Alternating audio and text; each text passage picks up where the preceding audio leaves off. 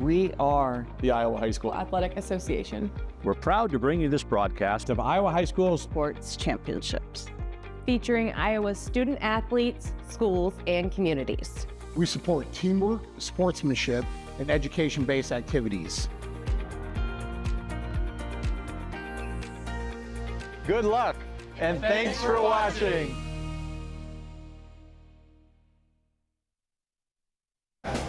Good morning from the Unidome in Cedar Falls, and welcome to the 2025 Iowa High School Athletic Association football semifinals presented by Iowa Farm Bureau. We begin another full day of semifinal football with Class 1A, where Grundy Center and Iowa City Regina are taking the field for a spot in next week's state finals. I'm Jeremiah Longnecker, and I'm joined in the booth today by Brett Williams. And Brett, this is, if not the premier, one of the premier matchups in all of the semifinals. We are expecting an outstanding game today between Grundy Center and Iowa City Regina. Well, you're exactly right. You have the defending champion in Grundy Center giving up 5.5 points a game on defense versus an Iowa City Regina that goes 48.5 points per game, and it should be a battle of wills. Something's got to give here. You've got two outstanding programs. One has one of the longest win streaks in state's history, and you have another one in Iowa City Regina that has tied for the state's longest win streak. They're trying to stop Grundy Center in their tracks. Well, two programs that are accustomed to being in the Dome at this point in time. The last time that Regina has been in the finals, they beat a Grundy Center team, and yeah, Grundy Center hasn't lost since. These two undefeated teams are getting ready to go. We will too, and we'll be right back with semifinal football on the Hy-Vee Championship Network.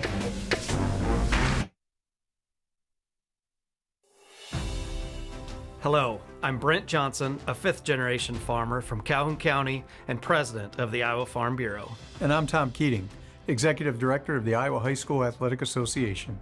We're excited to have you join us for our state football championships. As title sponsor of the Iowa High School Athletic Association, we're proud to support this fantastic event. At the Iowa Farm Bureau, we believe that strong farms and strong schools fuel strong futures. Iowa farmers are some of the most productive individuals in our state, working endlessly to grow and raise nutritious food that helps sustain the communities we all call home. Student athletes are also incredibly productive, dedicating countless hours to train and excel in their sports. Partnering with the Iowa High School Athletic Association allows us to celebrate the achievements of both groups while providing meaningful support to help Iowa's student athletes thrive. Reaching the state football championships is no small feat, and it takes a strong support system. Thanks to the Iowa Farm Bureau, we're able to honor students for their outstanding achievements both on the field and in the classroom.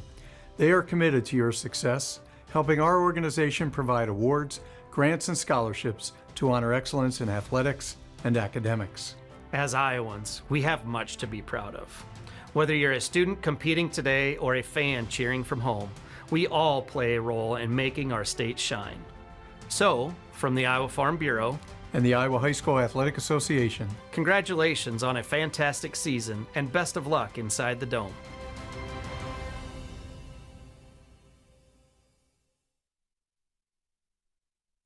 Something exciting is growing on Iowa farms these days.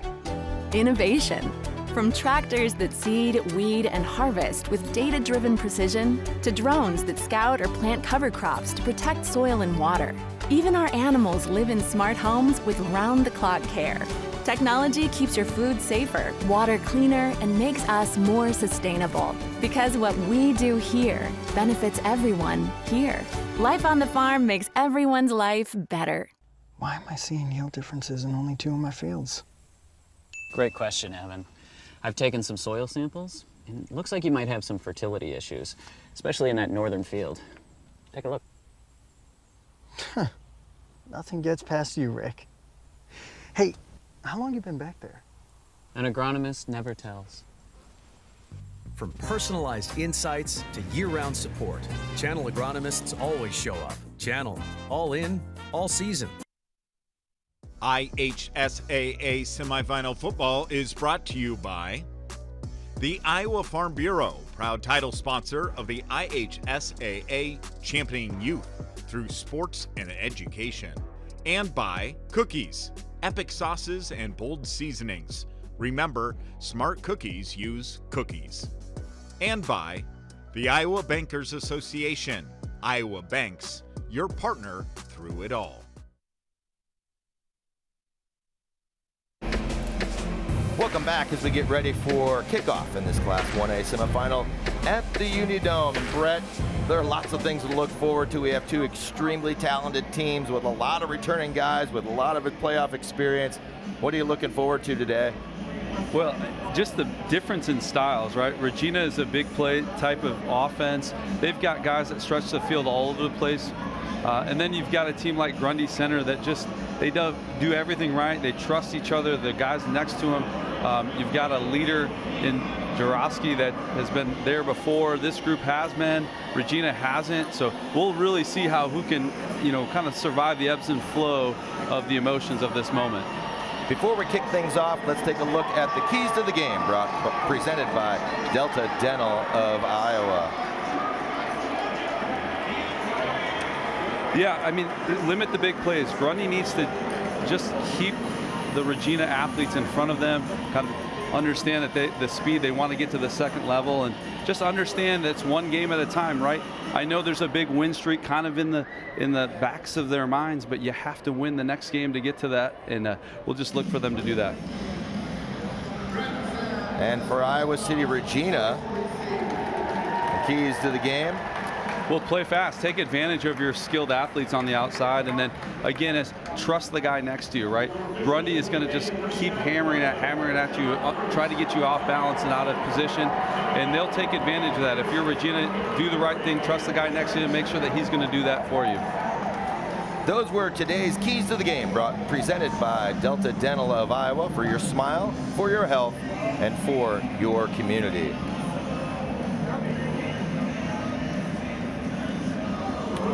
Well, we have a nice crowd that's gathered here today, as you would expect. Grundy Center probably has pretty much closed its doors today as a city. Of course, Iowa City doesn't have that luxury of closing down, but still a very well-represented Iowa City Regina crowd across the way from us. Well, I think it's two programs that have a lot of pride in what their football programs have done. We mentioned earlier, Grundy's got this long win streak. Well, Regina, their community holds a very long one in 56 games. And the last time Regina was in the finals, they beat a Grundy Center team. Grundy Center hasn't lost since 2021. And so I think that's one thing that both these communities put a lot of pride in, is their football programs. Well, it's Regina that will kick off. They'll be kicking deep to Grundy Center. You can see Regina with a unique stack approach to the kickoff. Teams do this so they can't identify numbers.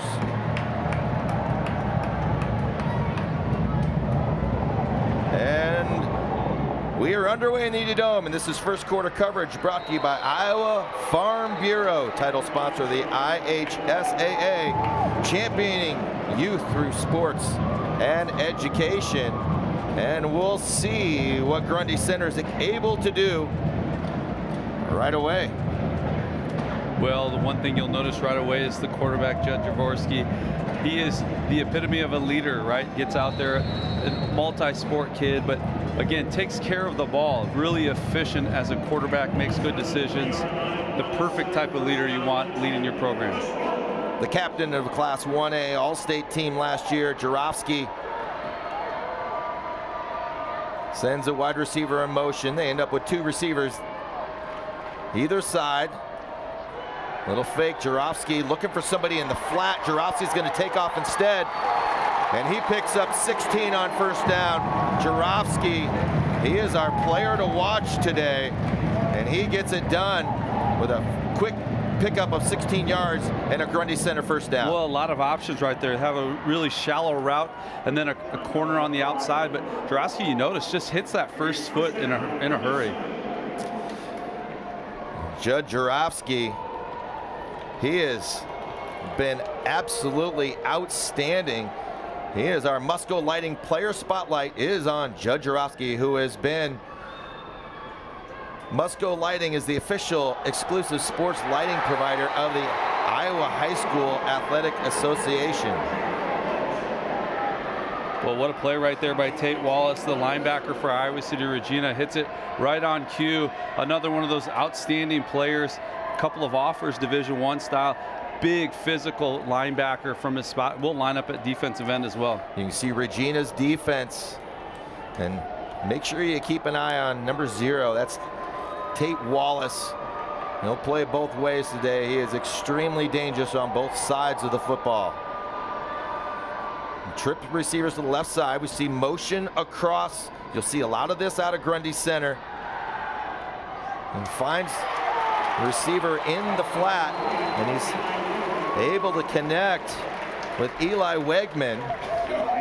Wegman picks up, let's call it 8, maybe 9 after the favorable spot. And it brings up a 3rd and 5, manageable for the Spartans. Yeah, what you like about that motion, it just distracts the eyes. Nice little easy out route there.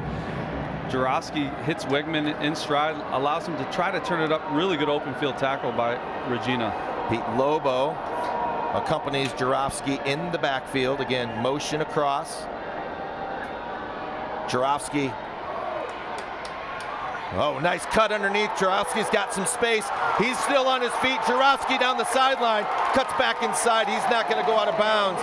And a big play for Jarofsky as he's able to gain 26 yards and another Grundy Center first down. Well, you see Regina comes with the blitz with Hamilton on the inside right there. Lebo does a really good job of setting that edge right there, allows Jarofsky to kind of get to the edge. What I love about what Grundy's doing is getting him to the outside, giving him the option. They've got 2 options, one shallow, one long, and then allows him to use his feet too. Luke Hamilton thought he had him in his sights to stop him short of the first down, but that cut by Jarofsky, he'll use his legs. He can throw it as well, and you're getting to see why he is such a special player. First time that we have seen Lebo on the carry, and good gain on first down. Lebo is able to pick up 6 yards.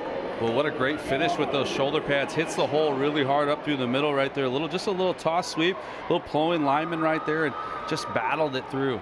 2nd and 4 for Grundy. Taking a little extra time in the huddle. We'll see them in the shotgun formation throughout the entirety of the game. This time, they're going to go with 2 tight ends. This is Braden Davis in motion. 3 receivers to the far side, including the tight end. The give underneath. Now Jarofsky, he's going to find nothing here.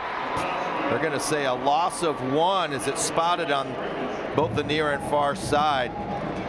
Well, great penetration right there by the interior of Regina's defensive line right there. A little bit of a timing issue on that mesh right there. Allowed the linebacker to come in there. Looked like it was Andre there with a really good fill from his middle linebacker or safety position right there. And you're noticing Regina's kind of in a man-on-man, so allows those safeties to kind of play a little more aggressive from the backside. 3 receivers to the near side. You see motion again to the far side. Jarofsky barking out the signals. Jarofsky looking to pass, and he's got a receiver wide open, and that's Braden Davis, who sits on the sideline and picks up another Grundy Center first down. Well, really good route right there, understanding where the sticks are. Just that little corner, or that hitch route right there, ran a backside corner over the top, so it didn't allow the safety to come underneath that right there. Just really good patience right there by the quarterback of just understanding where the safety was going to be at. You pick, if he goes deep, then you're going to pick that shallow route. Great protection by the Grundy Center offensive line. Twin receivers far side. We got a wing to the near side. Lebo and Jarofsky in the backfield. Lebo to the left side trying to find the edge, and he does. Lebo picks up 5 on first down, so another good first down game for the Spartans. Lebo cuts this one back. I'm not sure it was intended to go that direction. No, but really good cut right there. You know, Regina's Will Litton was in there right away, kind of in that gap right away. Lebo just a little outside cut to the back, little jump cut to the outside, and really nice job. What a great drive so far. Grundy coming out of the chute, really nice. You got to feel good about it if you're the Spartans. Head coach Dustin Ellsbury of Regina calls Wilt Litton one of his unsung heroes. And just like that, on second down, big loss. Well, Tate Wallace again, I think he lined up as a defensive end on that one right there. And again, you see his speed. Everyone blocks down. He just beats the right tackle right there, cuts underneath, and what speed right there to get to it before Lebo had a chance to get upfield. Grundy's been perfect on third down so far. They've got to convert a third, and we'll call it a long 6. Grundy chewing up some time on the clock. 5+ minutes already gone. Jarofsky waiting for signals. Jarofsky back. He's got a player near the goal line, but a beautiful defensive play by Regina's Caleb Muller. Well, backside safety coming down. Just saw that crossing route in front of his face right there. Good patience right there by Grundy of letting that develop. And again, what an excellent play. And it looks like Grundy will go for the field goal here.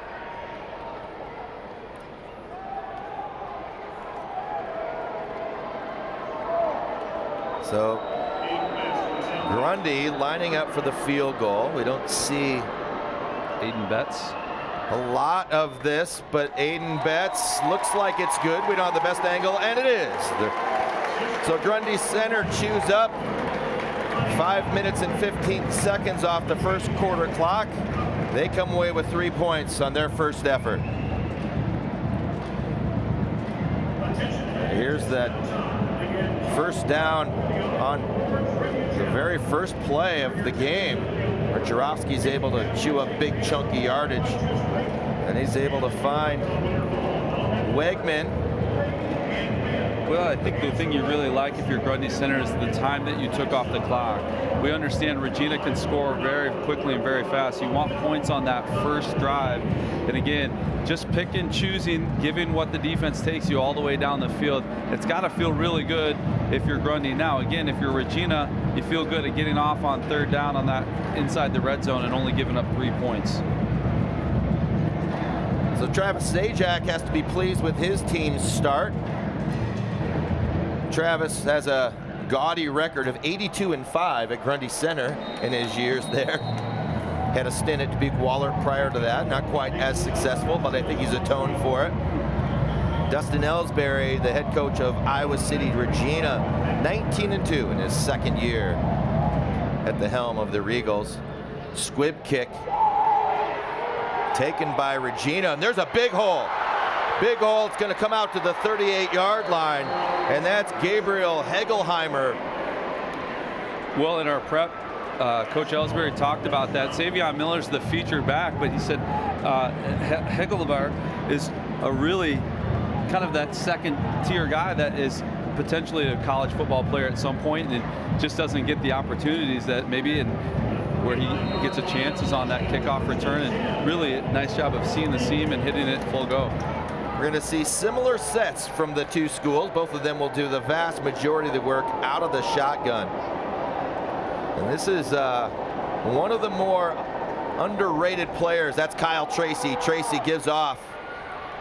And this is to Savion Miller. Miller, not gaudy numbers on the season, 819 yards, but he does sport an 8.8 yards per carry. He's scored 15 touchdowns, and he is a weapon. He gains 5 on first down. Well, I think he's the type of kid, anytime he touches the ball, he can go a long way, obviously, with that yards per carry. You see with Regina, they just spread the ball out so much that maybe the numbers aren't going to be what you think all the time. Tracy with the give. No, the fake, excuse me. Tracy fooled me, just what I was talking about. Tracy picks up 7, and that is the genius of Kyle Tracy. He not only handles it beautifully in the passing game, but he carried it for 436 yards and 10 touchdowns himself. Well, you're going to run that kind of zone read type of play. You have to have a good decision maker right there, and Tracy is certainly that if you watch him enough. Again, will beat you with your feet, but again, also a plus arm strength that will extend the ball down the field. So 3 receivers to the near side, 1 to the far side. Iowa City, Regina. This is a quick strike, big play offense. This time the give is to Miller. Miller trying to find the edge. He does. Miller picks up big yardage on first down. A gain of 22 for Miller. We'll call it 23, and Regina's on the march. Well, just a really patient run on that right there. And again, just understands accelerating right through the hole right here. Not a lot of space right there. Gets his shoulder pads north and south and angles it towards the sideline. But you see that the hole wasn't there right away. He just kind of meshed towards the line of scrimmage until he found it. Cut up the field and got down the field. Wallace in short motion is going to be a penalty. Early movement on offensive line. And those are the things that Regina needs to take care of in a big game like this. You have this group hasn't been to the semifinals. Penalties will get you behind the chains, and it makes it a little more difficult to convert.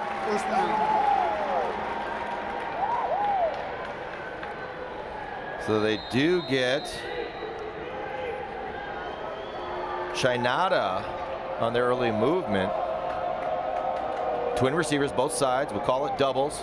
Short motion by Wallace. Wallace comes across with a little chip, and the ball was intended to be to Wallace in the flat. It was well covered up, but the pass deflected by Grundy's Cash Combs.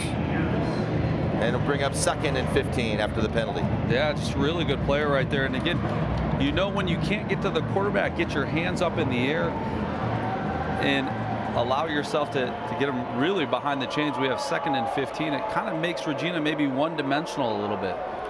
And we're going to have another false start on Regina. And prior to the snap, about false start 3/5 of the offensive line. Clearly not everybody on the same snap count. So Regina moved the ball quickly down the field, and now they're going the wrong way via a couple of penalties, and they'll bring up 2nd and 20. So there's a lot of things that can go on in a semifinal game. You're not used to playing at 10 o'clock in the morning. Now you're in the dome, and it's just a much louder environment. It's just so different than being outside. You've got the band, but the echoes off of the top of the dome can make it hard for you to hear that quarterback in the cadence. Trick receivers far side, Miller near side, and now we're going to get a timeout. Dustin Ellsbury wants to talk to his team. You know, and Brett, most teams, they get into a 2nd and 20 situation, and you're thinking, boy, you know, let's just pick up a couple yards trying to kick it away. This Regina team has all the tools in the world that this drive is far from over. Well, certainly, and that's probably what Coach Sajak's saying in the huddle right now is understand, keep them in front, force them into a 3rd down and long where you can get a chance to get off the field. Now, on this flip side, Coach Ellsbury's in that huddle saying, hey, let's just calm down. Let's take a deep breath here, okay? Understand what we've gotten here. You know, we can pick up a 2nd and 20. We just have got to trust each other, understand what the snap count is, make sure that we're focused on that, doing the things that have gotten us here. Today's starting lineups were brought to you by Hy-Vee. Hy-Vee, one of the main sponsors of all of the Iowa high school football playoffs. You know, and this could be a play where they may run a little wide receiver screen or just get Miller out in space a little bit on a wheel route. Wallace in short motion. The fake to Miller. They're looking deep. There he is. The touchdown. We talked about it. This is Drew Grieve. Well, I really like that play call right there. They did kind of that underneath route with 2 receivers right there to kind of take the defense, and then they have one-on-one coverage on the outside with Grieve just running a post route to the goal post, and boy, you see the arm strength with Tracy right there with a guy in his face, couldn't step into it, just drills him right on the numbers for the touchdown. Well, it's a beautiful route by Greaves, but Tracy, you watch his movement in the pocket. He slides to his left just like you teach it in August. Does a beautiful job keeping his eyes downfield. The point after is good. And Regina gets the point after by Hegelheimer.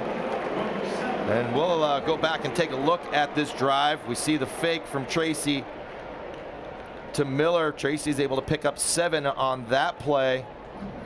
And here's Miller showing off his patience and his speed as he gets to the edge for a big gain.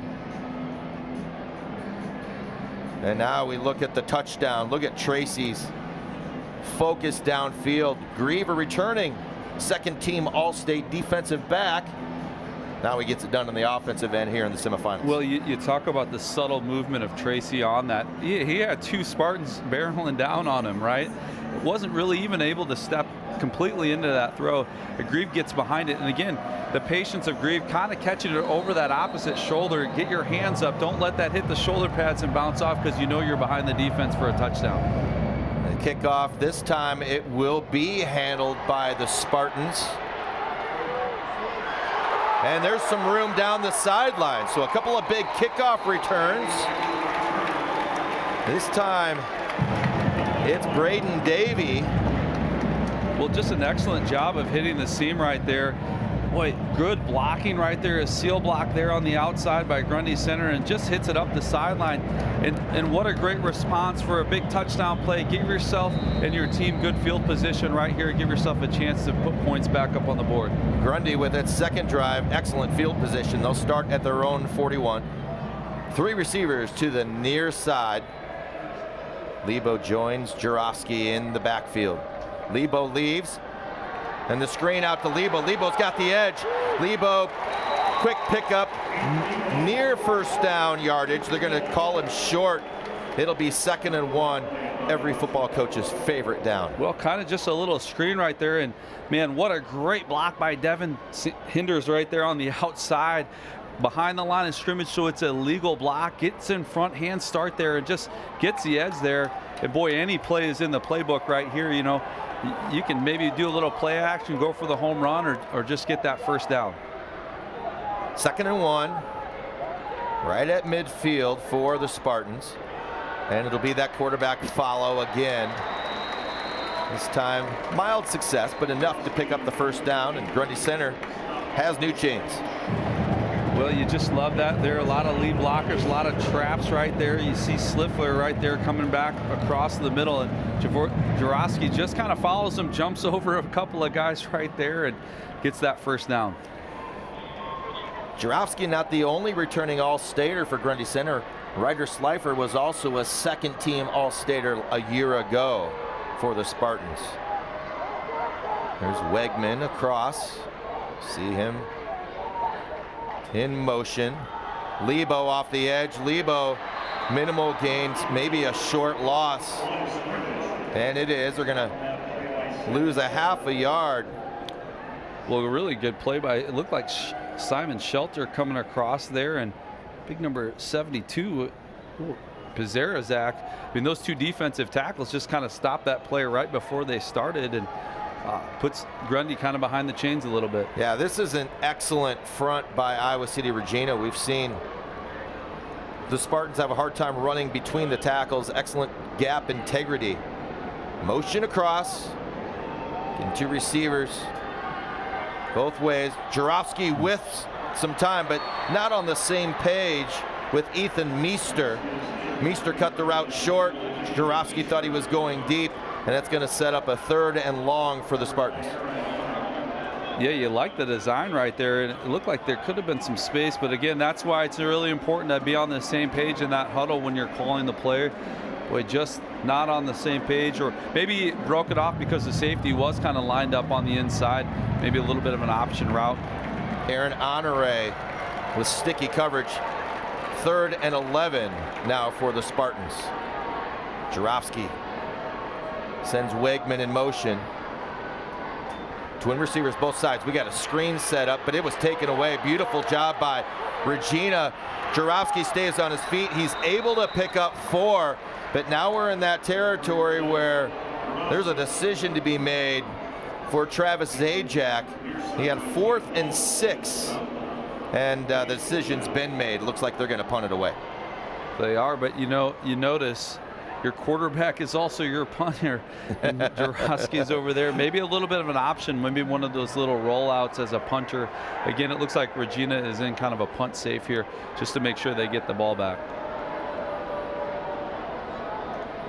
Jurovsky took a step like maybe he was going to throw it, and then the pooch kick, they get an excellent bounce.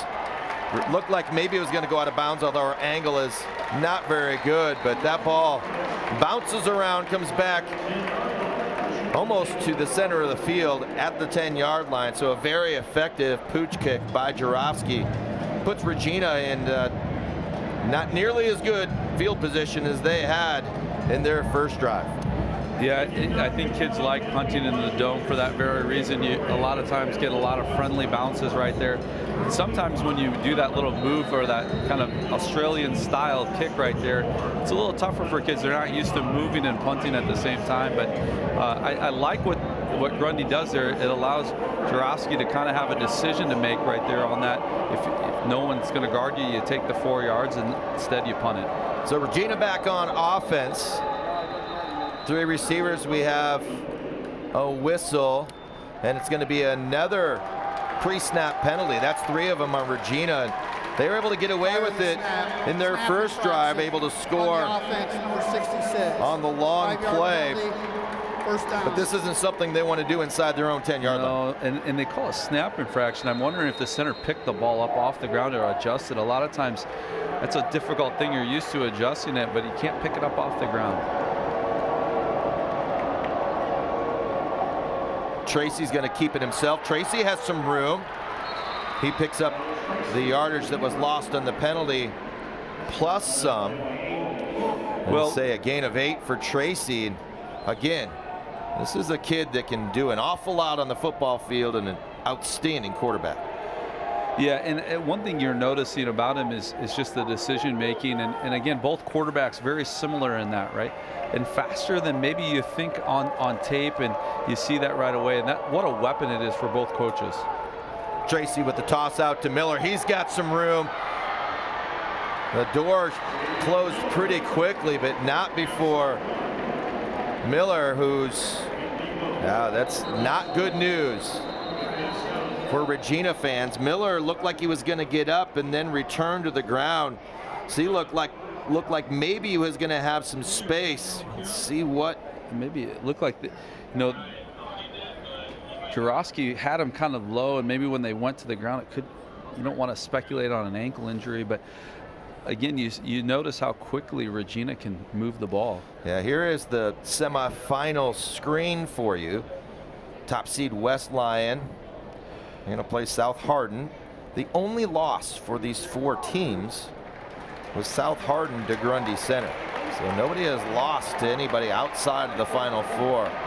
Well, the top 4 ranked teams in Class 1A all end up in the semifinals. And again, that's probably why when you create the brackets the way they do, they're trying to get that. That doesn't always happen in high school football, as you can see in some of the other classes. But these have been the 4 best teams in the state in this class this year, and they're meeting where you thought they would.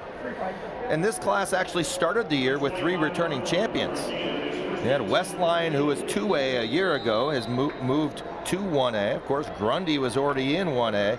And Tri-Center was the Class A champion last year. They moved up to 1A. So, we talked about it in our pregame call last night, Brett. Kind of like wrestling. Oh, the ball's on the ground. And Grundy's on top of it. Hegelmeyer with the carry right there. What a stick right there by Grundy Center. Check the number on that. So Miller leaves the game. Hegelheimer on the carry. And Gabriel puts it on the ground.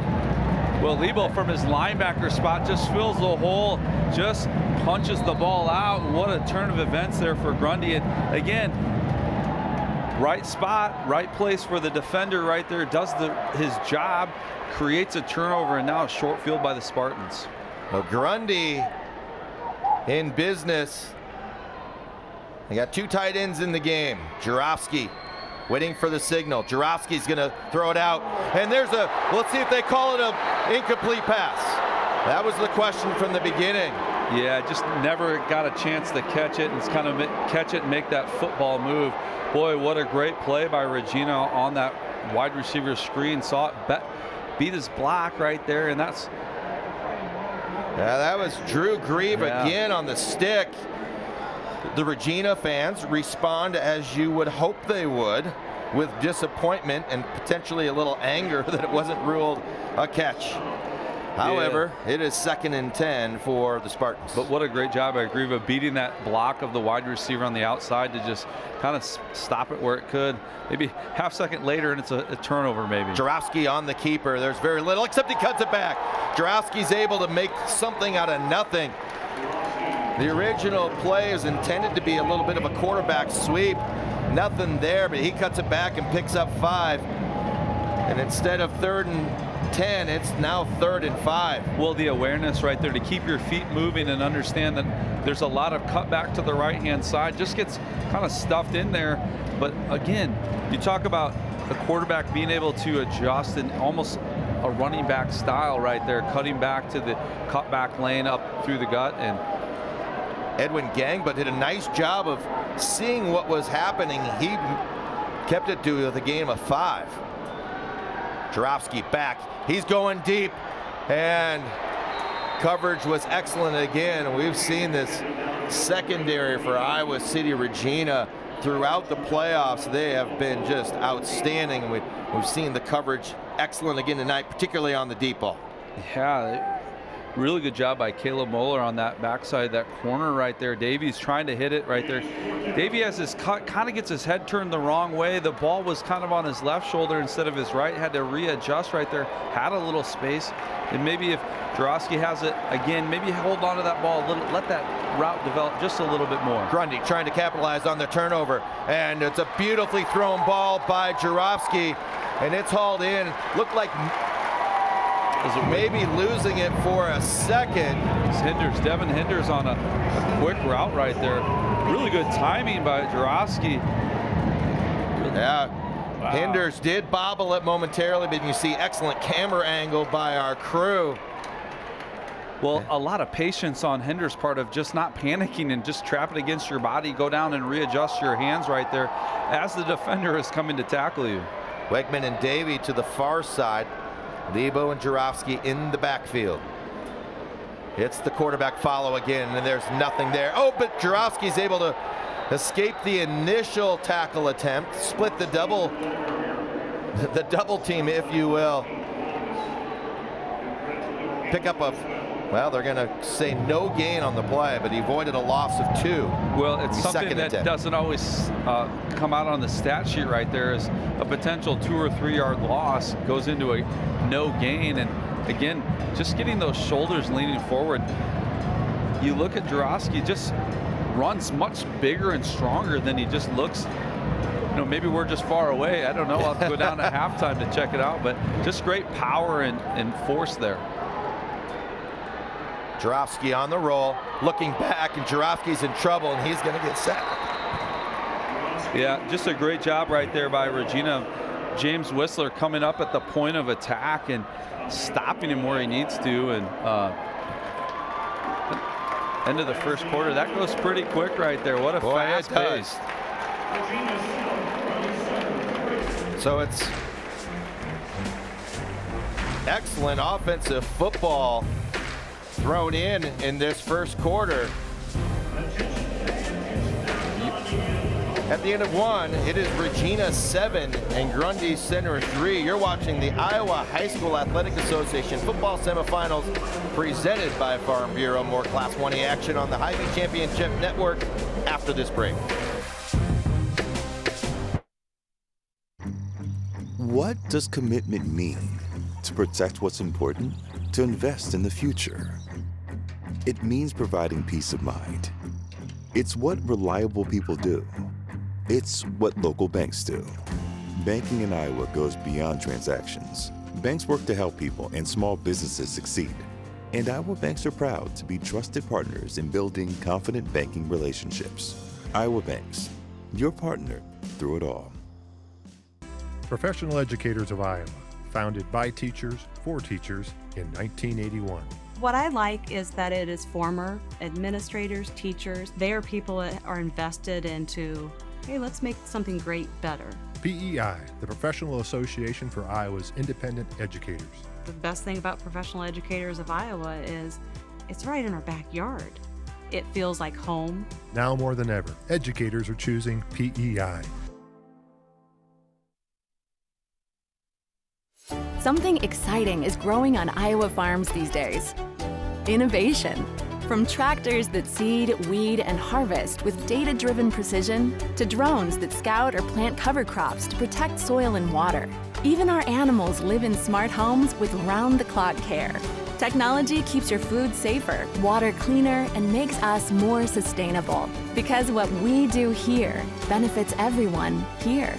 Life on the farm makes everyone's life better. We're not just lighting a stadium.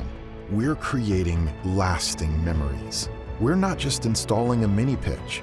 We're empowering youth to learn and grow. We're not just retrofitting an airport. We're creating an environment where workers can feel safer. This is why, whether it's a game down the street, professional stadiums around the world, or treasured monuments and landmarks, you always know when it's must go. Health powers life, from the delightfully routine to the truly uncharted. When injuries, illness, or normal wear and tear lead to joint pain or discomfort, count on advanced orthopedic care at Mercy One. From joint replacement to sprains and fractures to physical therapy, our team can help you get back to the activities you enjoy, ensuring you're ready no matter what life brings next. Find care at mercyone.org/healthpowerslife. Nothing matters more than our community and our patients. So when flu season's here, I love that I get to help protect them. When you get your flu shot at Hy-Vee, you can earn a 20-cent fuel saver. Scheduling your flu shot appointment is quick and convenient. Because you can just walk up when you're shopping or schedule an appointment, whichever works for you. Allowing you to pick a time that's best for you and your family. Keeping families and communities healthy feels good. Visit your Hy-Vee pharmacy, get your flu shot, and earn a 20-cent fuel saver today. IHSAA Semifinal Football on the Hy-Vee Championship Network is brought to you by Hy-Vee, a proud partner of IHSAA. Hy-Vee, where there is a helpful smile in every aisle. And by Sukup Manufacturing Company, the world's largest family-owned and operated manufacturer of grain storage, drying, and handling equipment. And by the Iowa Farm Bureau. From rural roots to statewide pride, Iowa Farm Bureau proudly supports student athletes across Iowa. First quarter coverage was brought to you by Iowa Farm Bureau, the sole title sponsor of the Iowa High School Athletic Association. Iowa Farm Bureau believes in competitive play and cultivating individuals with great character, a strong work ethic, and exceptional leadership skills. By investing in Iowa's youth, Farm Bureau is investing in Iowa's future. Now we're back. Second quarter action brought to you by Hy-Vee. And it's a 3rd and 14 for Grundy Center, and they've got, had a player wide open, a beautifully thrown ball. It was Hinders again. And I'm not sure if Hinders just lost it or whether that was poked out, Brett. Yeah, let's look right there. Just turned his head at the last second right there. We'll want that one back. What a great play, because Wallace was bearing down on Jarosky right there. Understanding you're going to get hit, lofting it in there. Now Grundy's going to go for it here on a 4th and about 14 yards. Yeah, see if Grundy's going to try to get a few yards, try to dry him off, and now Travis Zajac wants timeout. Well, and I wonder if Coach Zajac just wanted to get them on the field, understand and see what Regina was going to line up, and they've been running some zone, some man. But again, you got to figure you don't kick a lot of field goals, and that's the tough part about a game like this where you've got two teams that are used to scoring touchdowns. You maybe don't work on that field goal unit too often, and now you get to it where it's like the points are critical. What do you decide right here? And again, this is a big decision and a big moment early on in the second quarter. Hy-Vee is a proud partner of the Iowa High School Athletic Association, bringing you all 14 games this week on the Hy-Vee Championship Network. Hy-Vee, where there is a helpful smile in every aisle. Well, the first quarter went by in a flash. Both teams total yards, 91 for Grundy Center, 94 for Regina. So we talk about two evenly balanced teams. We've got it right here.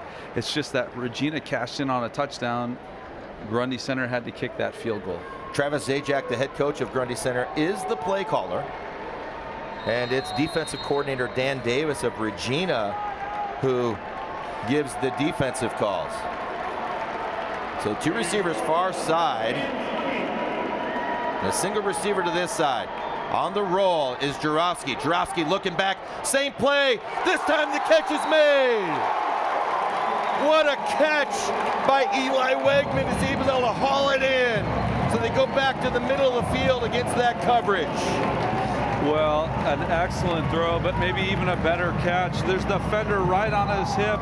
Full extension, back across the body, and what a grab right there. What a catch by Wegman. It looked great live. It looked better on replay, Brett. Even better. Again, Grundy rolls a little bit to the left, comes back across, and wow, what a catch, what a big play. And a beautiful play call by Travis Zajac. The point after is good. And Grundy back on top, 10-7, just 11 seconds into this second quarter. Boy, look at this. Here's the fumble. And just a Lebo tackle. forces it. Yeah. Jarofsky is able to claim it. Here's Jarofsky. This is on 4th down as he's able to hit Hinders to keep the drive going. And here's your touchdown. And wow. I want to talk about something that doesn't get talked about a lot. If you look back at the start of that play or near the beginning of that play, look at the pickup by Lebo. Now Lebo's a linebacker defensively, and as Jarofsky is rolling, he just stones the defender and gives Jarofsky time to throw back to Wegman, who makes the circus grab for the touchdown. Well, and the patience right there, okay, of trusting the guy in front of you. And again, Lebo started that drive by a great tackle and a fumble, forced fumble, and then finishes it with a great block right there. And what you like about that play call is Grundy had been running that quarterback kind of option rollout, and then you go all the way back across of it. A great call on a 4th down. Let's see if Regina can answer or what kind of patience they have on offense here coming up after a turnover. The kickoff, guess who? It's Jarofsky. And it's taken deep. Hegelheimer on the return. Fakes the reverse, but Grundy center with outstanding coverage. This time they're out only to the 16. Well, and the thing about a reverse, you kind of like it, but it takes a lot of time right there. It doesn't allow Hegelheimer to get to his top speed, and that's an advantage that he has right there. Kind of slows it down, and great coverage by Grundy center. So momentum clearly in the favor of the Spartans, the 3-time defending state champions, who are very used to playing on this surface. Yeah, certainly, and that's the thing that you have to, the advantage there for Grundy is the experience right there. Good to see Savion Miller back there at running back after that last drive right there. Let's see what Regina does and how they respond of being behind for the first time in this game. Miller swinging, Tracy drops back. Tracy with a little room. He's gonna run, and he turns a little room into a gain of 11 before he's shoved out of bounds. It'll be a first down for the Regals. Well, the thing you'll notice about Tracy right there is he had plenty of time to work through his progression, steps up in the pocket, tries to create a little more time, and then Miller right here with a great block. And Tracy gets him the first down right there. Again, that's what you love to see about a running back, right? Put his nose in there, allow the other player to gain a few more yards, and a big pickup on first down. Single receiver far side. It's the toss to Miller. Miller's got a couple of pulling linemen out in front of him. Gain of 3 on first down. Seems like to this point, Coach, we've seen big plays or negative plays. Gain of 3, we haven't seen a lot of those mediocre runs that you're perfectly happy to take on first down. Well, and one thing you'll notice about Grundy right there, they don't want Miller to break that containment. They're shoving everything back inside like a good defense will do. Good job of rallying right there, but Miller patient up there, getting upfield, and getting some yardage on first down is important. 4 down linemen for Grundy. This is Grieve that goes all the way across that formation. And they're looking for Grieve, and it's picked off. Jarofsky. The pass was high and wide. Looked like it was going to be nothing, but Jarofsky comes out of nowhere for the interception. Oh my goodness. Yeah, good job right there. Just looks like just sailed wide on Tracy right there, but what an excellent catch right there. Oh my goodness. Well, Jarowski had 8 interceptions in 2024, and he has yet another one here in 2025. Again, Johnny on the spot right there, and you know, he's headed to Stanford to golf. Boy, looking at plays like that, the football team may say, well, can you take a fall sport with us, right? That's Jarowski's 6th interception of this season, 14 interceptions. That's a gaudy number over 2 seasons. So Grundy, second straight time their defense is able to force a turnover, and they're back in action at the 40-yard line. Jarowski is able to fight forward for about 2 yards. How much more can one player do for his team? Well, and that's exactly what you're talking about. And for the last couple of years, he's really done that. You know, last year, the captain of the All-State team, the quarterback. And what you really notice about him is his decision-making and just being where you're supposed to be, right? That play right there in general. You're in good position right there. You take advantage of an errant throw, and you just step in and do your job. Again, quarterbacks, what do you like about quarterbacks? Well, they take care of the ball, and they do their job. 2nd and 8. Jarowski looking, and he throws into traffic. Boy, it looked like maybe some trouble, but he knew what he was doing. Eli Wegman right there on the catch again. Yeah, and sometimes a little bit of a tight window on that throw. There was a ton of traffic, a couple of receivers for Grundy, and a whole host of Regina defenders right there. Good catch at the point by Wegman of just getting his hands up there. And again, you see Grundy flirting with that red zone again quickly after a turnover. Yeah, Wegman was a go-to on the year. He's had himself a 1.5 so far. On the toss outside, Lebo trying to gain the edge. Maybe a pickup of 1 for Grundy Center. This Regina team, tough to get the edge on. You see Grieve there. There's your All-Stater. Not only does he fight off the block, he makes the tackle. What an excellent play. Well, along with setting the edge right there, again, it didn't allow Lebo to that play looked like it had a little bit of room right there, but Regina continued to string it out right there, and you can't give up on plays, right? It's really tough if you do, and Grieve did a good job of fighting the block off and then just getting Lebo right in the thigh right there and knocking him down. Scoreboard says 2nd and 10. We'll follow them. No gain on the first play. Jarowski looking downfield. Now he's got some room to roam again. He'll pick up 2 or 3 on the play, depending upon whose feet we're going to go with. And it looks like they're going to call it a gain of 2, so it'll bring third down and 8. Well, what you like about Regina right there, you understand Jaworski's going to be able to, Jarowski, is going to be able to extend plays with his feet. Eyes are downfield. Good job of recognizing where the line of scrimmage was, filling that right there.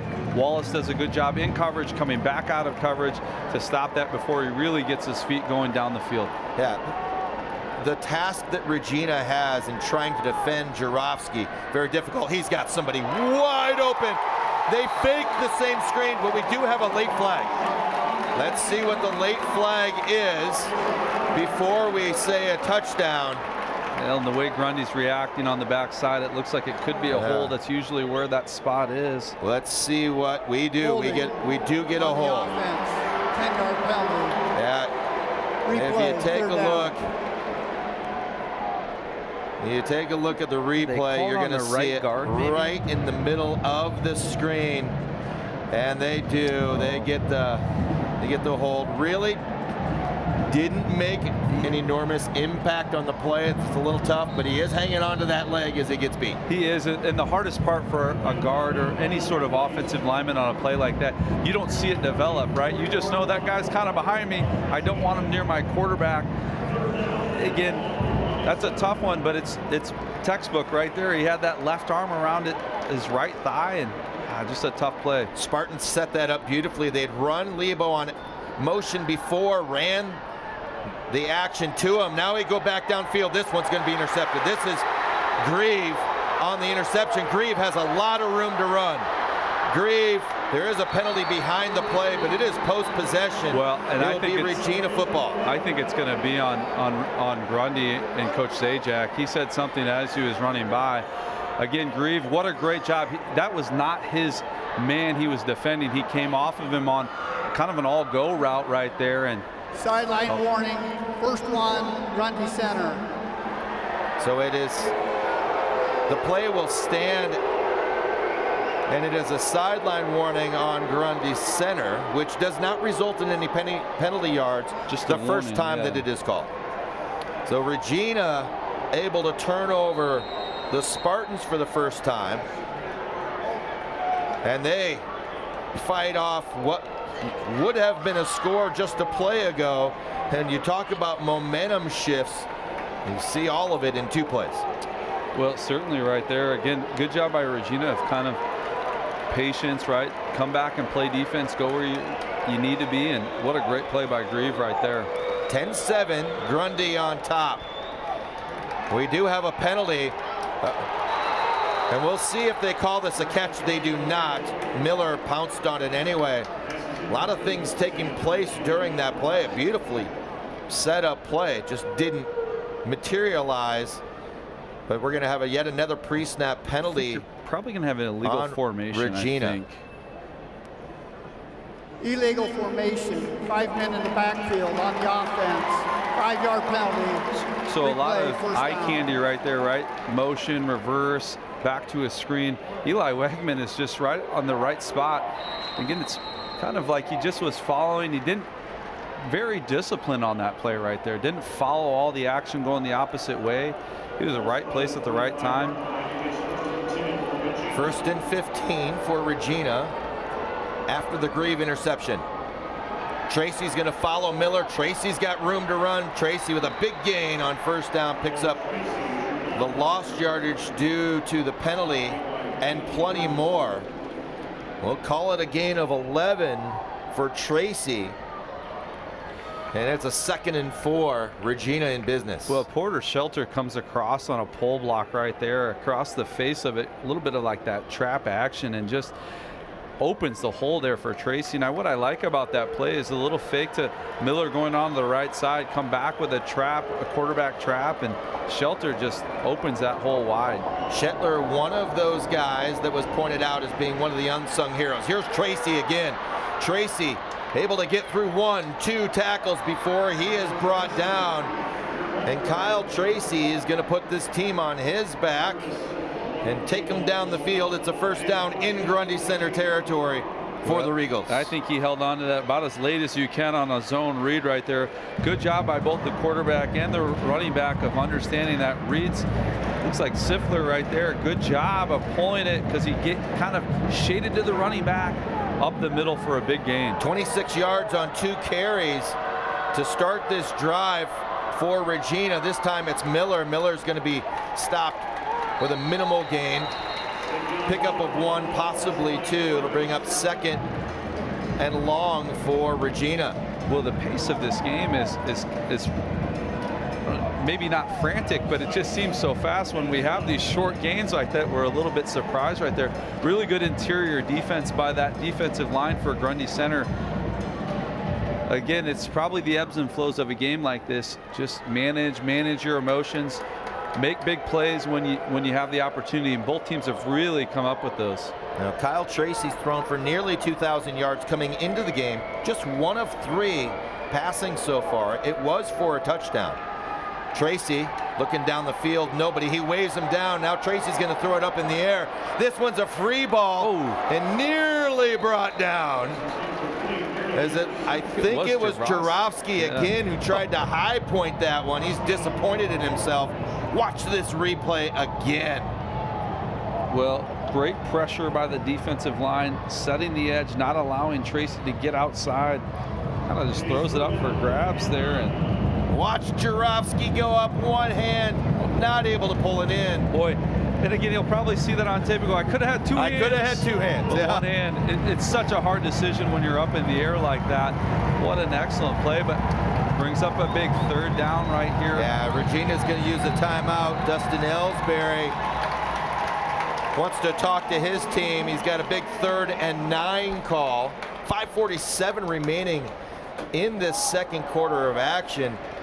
And boy, this has been everything we hoped for so far. I think probably both teams would wish they hadn't turned it over at this point.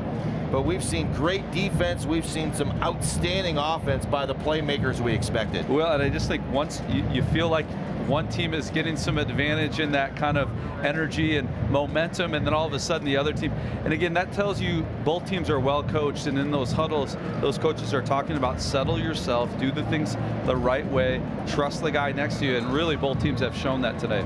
You know, in the questions that we posed to these 1A head coaches, the thing that kept on coming up was community. And you know, we're part of a community, not only our team, but you know, we represent our town. And it's the beautiful thing about the smaller schools and their football teams. And it's evident by the fans on both sides. What a great crowd we have today at a 10 o'clock on a Friday morning, right? 3rd down, and now it's Travis Zajac who wants a timeout. Well, the old adage, you can't take them with you, but again, it's that chess match right there. Both teams understand they want to have the people, the defense correct on the field, the offensive play called, and now you're trying to, in that huddle, well, let's change it up a little bit. Ed Hinkle, some of you Hawkeye fans maybe remember, he is actually the offensive coordinator and the play caller for Iowa City Regina. Ed Hinkle had great days at the University of Iowa, Brad. He did. One of my favorites. I can remember a couple of touchdowns he had, one against Penn State in the back of the end zone. But again, you talk about community. Ed's been the offensive coordinator for 19 seasons with these guys, has gone through those long win streaks, those state championships. So he, again, able to give that experience with these boys right here and kind of help them out.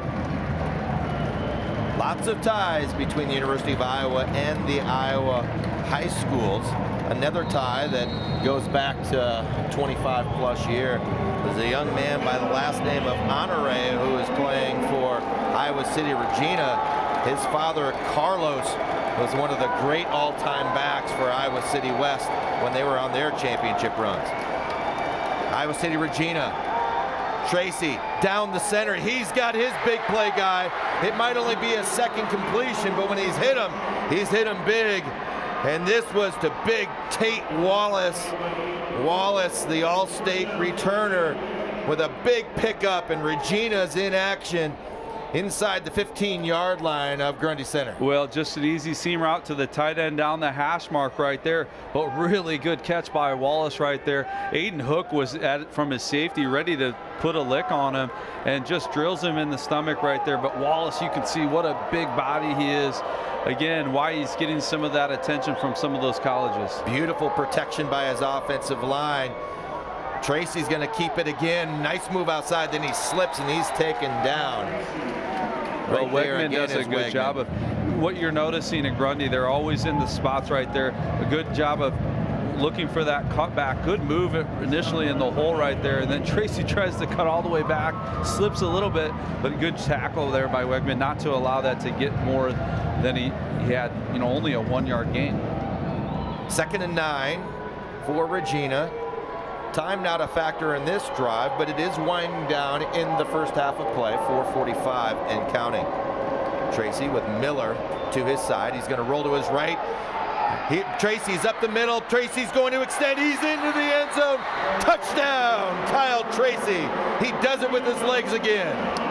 Well, just a really good individual decision right there. He's trying to stretch that all the way out. Just saw the mammoth hole right through the middle. And what a good cutback. Hits it hard right through the middle, carries him into the end zone. Grundy trying to do such a good job in containment. They got a little wide, opened up these huge running lanes. Now Tracy taking advantage of it, and that'll have to be a big adjustment for the Spartans. Well, no doubt, again, because you understand Tracy can do so many things. He can throw the ball, and again, if you give him that chance, a very similar quarterback on the other side, how would you defend your own quarterback? That's maybe what the defensive coordinator will have to talk about. Hegelheimer puts it through for Iowa City Regina. Let's take a look at the plays that got Regina where they were. It starts with the Drew Grieve interception and the return out to the 40-yard line. Grieve now with a pick and a touchdown in this game. And then it becomes the Kyle Tracy show. Well, again, that's who you want to get the ball in the best hands of your athletes right there. Tracy just does a nice job right here. Really good patience of letting that develop down the middle of the seam, and this next play just reads it. What a hole right there. Such a strong runner as Tracy takes on the contact of Lebo and just carries him into the end zone. Kyle Tracy, 7 attempts, 63 yards, and the touchdown. A 9-yard average. This isn't in the middle of the season. We're talking about the semifinals against the Grundy Center defense that has stopped everybody in its tracks. 14-10 now. We just keep on going back and forth. Grundy opened the scoring 3-0. Regina came back 7-3, and it was 10-7.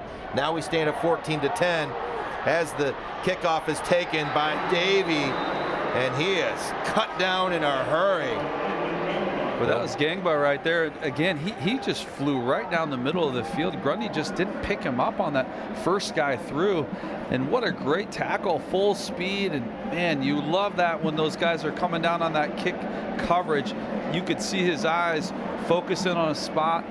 Man, stopped him right in his tracks. Everything we expected in Class 1A semifinals so far. Hope you're sitting back at home enjoying this, whether it's on your television or whether it's on your computer, whatever it happens to be.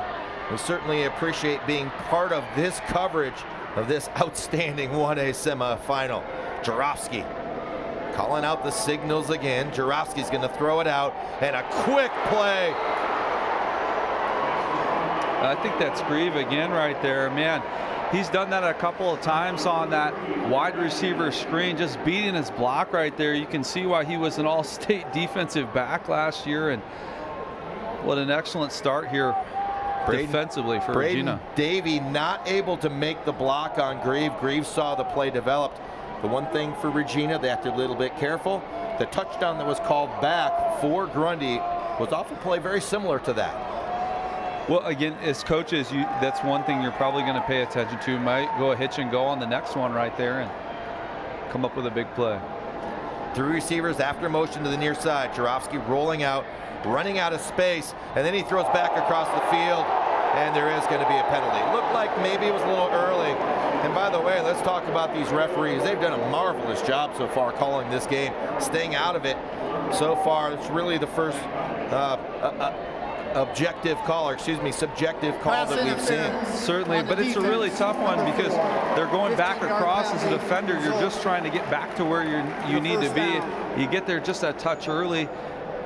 And again, really tough play. So that one's called on Honore, who we were just talking about. And one of the differences in high school and college football, that's not an automatic first down. Now, in this particular case, the yardage gave them the first down. So as you're watching these playoffs this week and next, it's a hard one. You go back and forth between high school and college. The rules are very subtle differences. Jarofsky looking down the field. He's going to have a man, and just a beautifully thrown ball. Referee is trying to be talked into saying that it is not a catch, maybe even an interception. They're right on the Regina sideline. Let's see what they're going to rule. They gave him the catch. I think he came down with it, and they ran a couple steps and then went out of bounds and maybe bobbled it. Let's see what the argument is. Jarofsky, what a beautiful throw. And they're trying to say, not the interception, but they're trying to say that that ball hit the ground.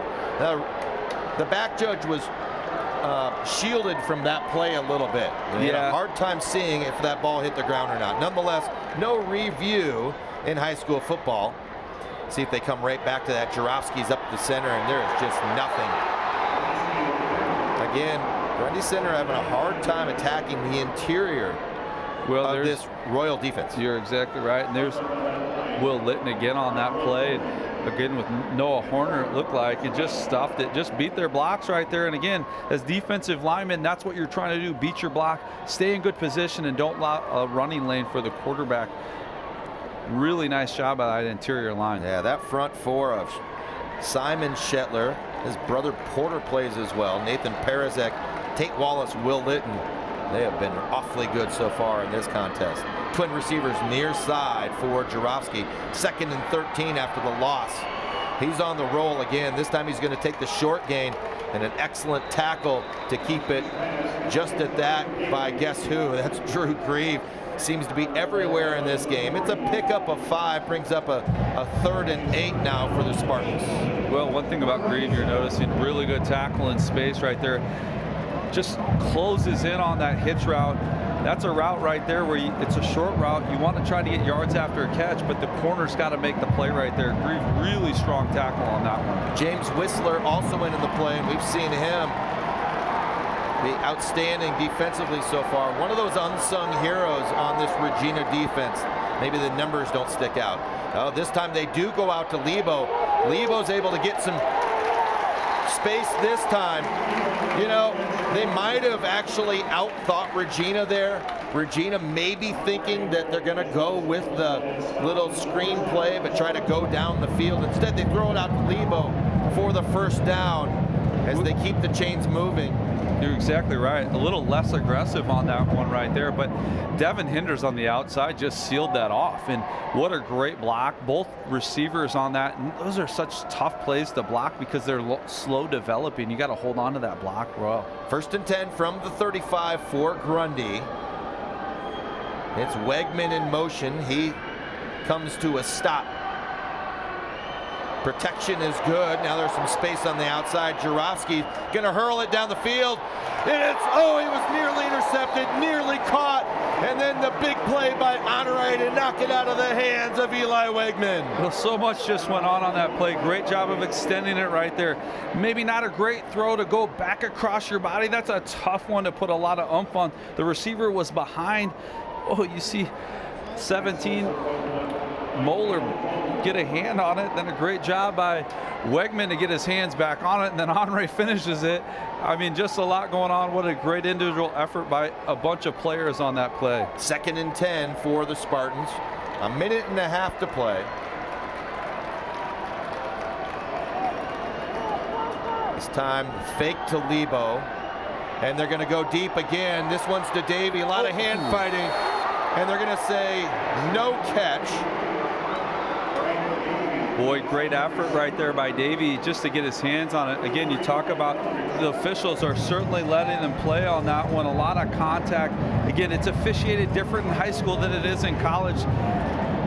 Let them play. Let the players decide it right there. And boy, just was that Grieve again, I think, right? It sure was. Oh, you know, we see a lot of that in the NFL, Brett, as we watch on Thursdays and Sundays and Mondays. That hand fighting, and what a great job by that side judge of playing that as if it was even. So now we have a 3rd and 10 for Grundy. No pressure. They're going to go deep again, and this time quarterback receiver not on the same page. He's looking for Hinders. Hinders wide of that seam. That ball was thrown well inside. And now Grundy with a 4th and 10 with 1 minute and 18 to go. And it looks like they're going to pump this away. Not a bad decision. Give Iowa City Regina a much longer field if, in fact, they're going to try to get a score at the end of this first half. Just remember who the punter is. Brett told you earlier, it is the quarterback. Little pooch. Grieve's gonna let it go. It bounces. Davey lost track of where he was. Well, I think he got a little greedy on that one right there. Again, anytime you're inside the 5, just catch it right where it's at, because you lose track a little bit when you turn your back, and I think that's just what happened there. Yeah, he had just lost track and then lost his footing, tried to stay on the goal line, and it cost Grundy 20 yards. Davey's made some nice plays in this game. That is one that he'd love to have back. So Regina still has 80 yards to cover. Grundy does pick up 15 yards of field position, but the net is just 15 instead of well, the 30 and inside the 5, as it could have been, which is where Regina has the ball now. 1st and 10, 1:10 to go. Regina does have a timeout left.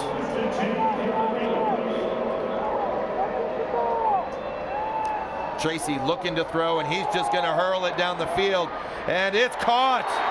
The big play for Regina, and it's Edwin Gangba who comes up with the beautifully thrown ball by Tracy.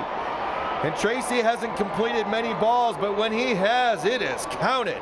No, just a simple go route right there by Gangba. Good job of getting separation right there, losing his defender, and Tracy delivers that on a dime and allows Regina to go fast. They line up in that no huddle and they're ready to roll. They do get a momentary stoppage for the 1st down, but the clock did begin to roll. Tracy looking, now Tracy cuts back across the field. Tracy with some room. Tracy continues, and he's going to get out of bounds after a gain of 9 or so. I think maybe 12. Let's see if they give him the 1st down yardage. I think he's just shy. And I was looking at the far official. He was well beyond the sticks right there, and the sticks were kind of getting tangled up, so I thought they were maybe moving him. But boy, great individual effort by Tracy of extending that play, just allowing himself to get any yards, and darn near a 1st down. Jarofsky has been outstanding for Grundy Center on the one side. We anticipated it. Kyle Tracy doing his best imitation. Tracy throws it out to his back. Miller out of the backfield. Miller not anticipating the throw. Well, and that's a play right there. I'm sure Savion Miller will look back and go, I got to get my head turned around quicker. Again, it was in front of the defender. They were playing a little bit of the zone right there. So Tracy wants to get that out early so that Miller can make a move on the defender, and just weren't on the same page. It was actually Honore in the backfield where we expect to see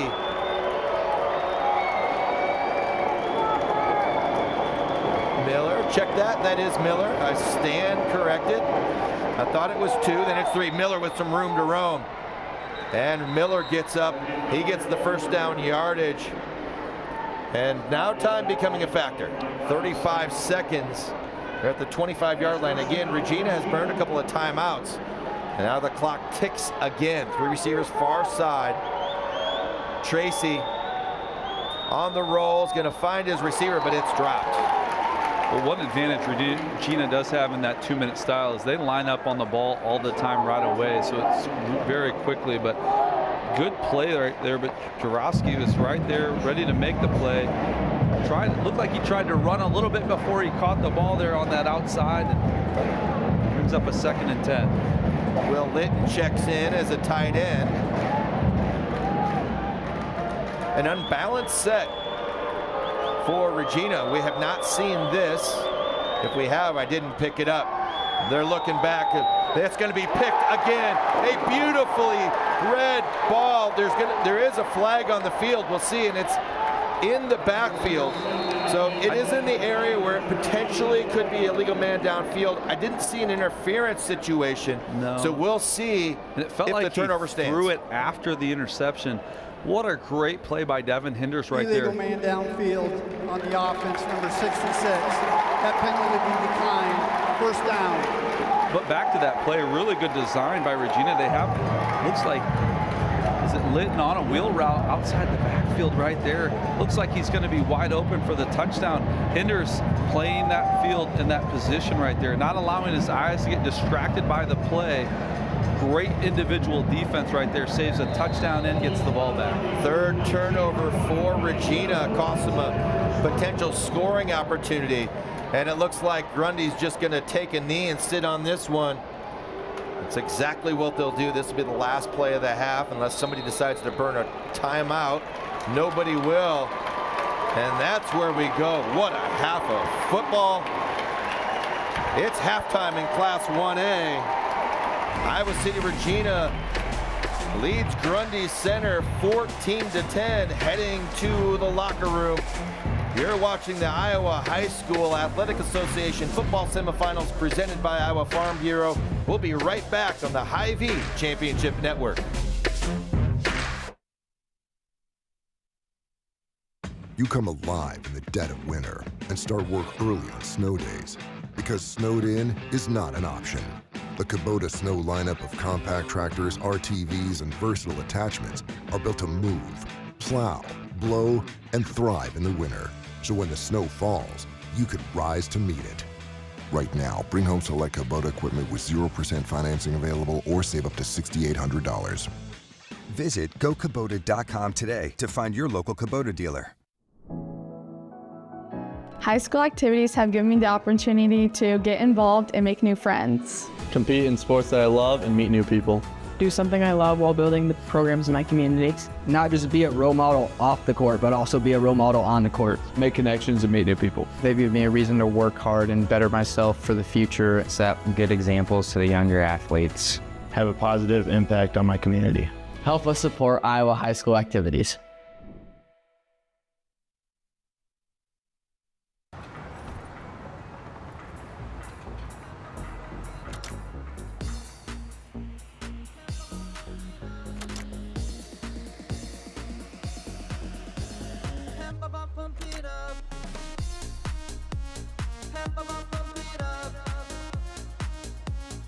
Fuel choice that's cheaper, homegrown, and better for the planet? Now that's worth the hype. Pump it up with unleaded 88. Today's banking is about so much more than numbers. It's about people. It's about community. It's about the next generation. Banking is personal. That's what we believe. And that's why we'll always put you first. Northwest Bank. Commitment you can bank on. Halftime coverage is brought to you by Northwest Bank, proud to power our local communities with personal and business banking that never stops working for you. Member FDIC. Welcome back to the New Dome, where we've reached the Northwest Bank halftime of our first Class 1A semifinal of the day. Score through 2 quarters, Regina 14, Grundy Center 10. Just like a great team, success in business takes planning, dedication, and trust. That's why businesses count on Northwest Bank, where personal and business banking never stops working for you. Member FDIC. With the teams in the locker rooms, we'll step aside for a message from our title sponsor, Iowa Farm Bureau, and a fun highlight of champions from the last school year at the Athletic Association. Thanks for joining us for the 2025 IHSAA State Football Championships. I'm Chris Cuellar, Communications Director at the Iowa High School Athletic Association. We hope you're enjoying the competition our member schools are putting on today. At the Iowa High School Athletic Association, we're deeply grateful for the incredible support that makes this event possible, and no partner plays a more pivotal role than our title sponsor, the Iowa Farm Bureau. With me here today is Brent Johnson, President of the Iowa Farm Bureau. Good to be with you, Chris. First off, I'd like to thank the Iowa Farm Bureau for being the sole title sponsor of our state football championships and a longtime supporter of the Iowa High School Athletic Association. What do you think makes education-based activities so special in Iowa? And why is it important for organizations like Iowa Farm Bureau to be involved with events like this? Well, Chris, at the Iowa Farm Bureau, we believe that strong farms and strong schools go hand in hand. Just as the student athletes competing here today are among the nation's best, Iowa's farmers are among the nation's most productive, leading the way in corn, hog, and ethanol production, but also in pioneering conservation efforts.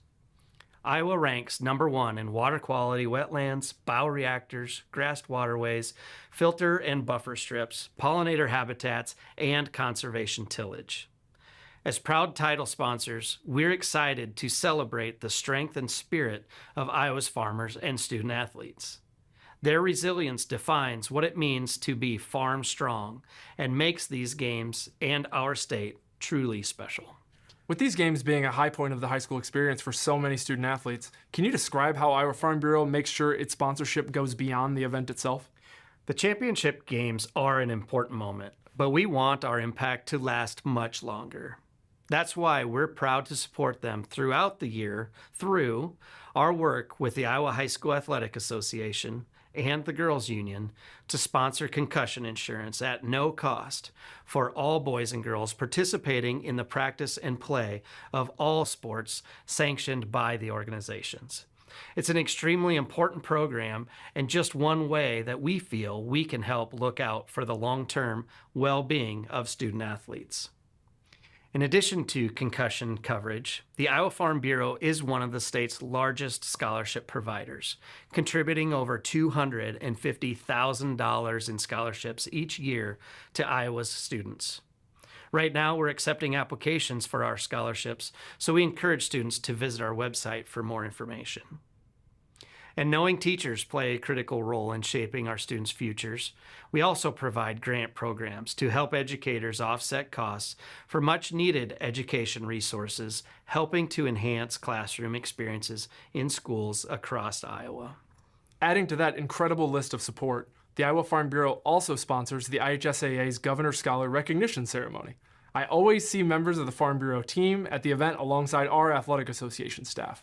Could you share why you think it's so important for your organization to be involved? At the Iowa Farm Bureau, we believe that today's students are the future leaders of our state. By supporting the Iowa Governor's Scholar Program, we have the privilege of being present to honor more than 400 of Iowa's brightest academic achievers. These students are not only excelling in their classrooms, but they are also the future leaders who will help shape Iowa's progress. This initiative is deeply important to our organization, our members, and all Iowans, as it highlights the value of education and leadership in moving Iowa forward. Well, thank you for joining us today, Brent, and for your continued support of the Iowa High School Athletic Association. Your partnership has been essential in helping us grow student services through recognition programs, grants, and scholarships. We truly appreciate your commitment to education-based activities and the students we serve across Iowa. I don't get it. Why is there uneven crop emergence out here? Great question, Jill. From what I've seen, soil compaction from your sprayers and grain carts is the likely culprit. This can hinder root penetration and emergence along field edges. What would I do without you, Tom? Hey, that's what I'm here for. Let's catch up later. I'm needed over in Monroe County. From personalized insights to year-round support, Channel Seed pros always show up. Channel, all in, all season. Nice guy. Excelling in athletics takes teamwork, dedication, and a commitment to excellence. These are the same qualities that help our pig farmers and our communities thrive. The Iowa Pork Producers Association is proud to support statewide high school athletics and the student athletes who make us all proud. Visit iowapork.org/WeCare to meet the people behind the pork and hear about our winning approach to caring for our pigs, the environment, and our communities. You love our lineup of legendary Pizza Ranch pizzas. And now, get ready to love the Big Popper. Loaded with cream cheese, Italian sausage, jalapenos, sweet pepperdew peppers, and a honey hot sauce drizzle. A little sweet, a little heat, and a whole lot of flavor. Try the Big Popper Pizza, along with our new Chicky Chicky Boom Boom Salad. Only for a limited time, only at Pizza Ranch. Whether you volunteer or hang with friends, play pickleball, read or follow trends. No matter what your retirement style, you deserve healthy eyes and a healthy smile. Some Medicare plans don't cover vision or dental. With Delta Dental, you can save on what's essential. Get coverage and take care of your health. It's peace of mind, so treat yourself. It's more affordable than you might think. Give us a call or visit this link. Hello and welcome to the Iowa High School Athletic Association's Football Halftime. I'm Communications Director Chris Cuellar, and joining me today is ISL Education Lending President and CEO Steve McCullough. Steve, thanks for joining us. Well, thank you for having me. Can you explain what the synergies are between what the Athletic Association is doing and what the work of ISL Education Lending for Iowa students? Well, our purpose is to help students and families succeed in education and career after high school. As a nonprofit, we offer low-cost private student loans. We also offer scholarships and college planning tools to help families make wise choices. I assume there's some people watching who just heard the word scholarships. Can you tell me a little more about that? So, Right now, you can register to win one of 45 $1,000 scholarships. They're for high school students, college students, and their parents. And you can register at iowastudentloan.org, or you can scan the QR code on the video board. You need to register by December 5th. What are some other resources that people should take away here about ISL education lending? Well, we just launched a new scholarship search service called Step 1 Scholarship Search. It's free for use, and it's customized and personalized so you can find scholarships that are a match for you. For more information about Step 1 Scholarship Search Service or any of our other programs, go to iowastudentloan.org. We got a lot of overlap there with our high school students either on the field or hopefully watching at home. Hopefully they can take advantage of those resources. Steve, thank you so much for joining us. Thank you.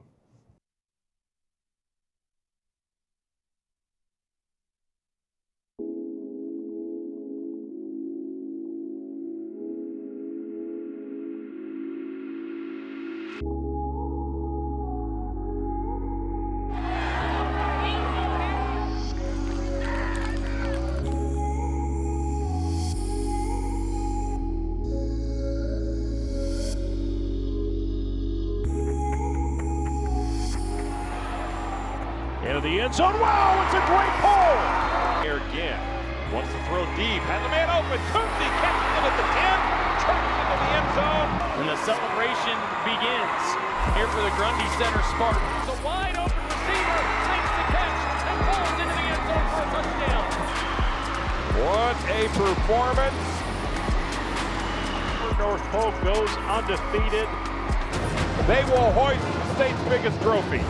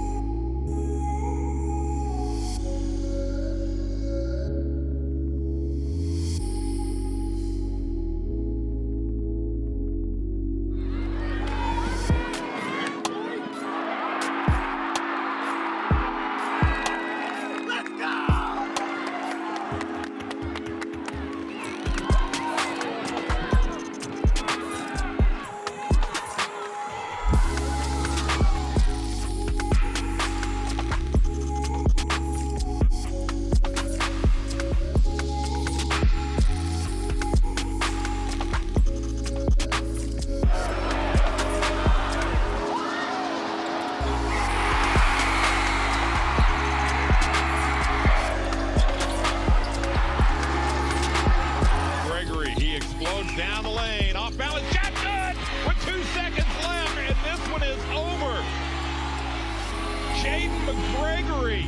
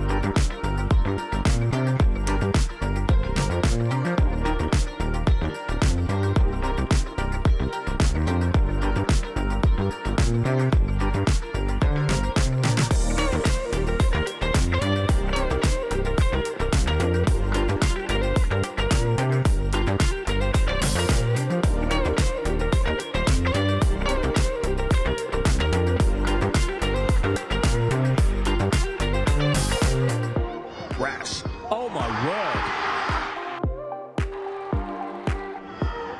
Robles and scores! What an unbelievable strike.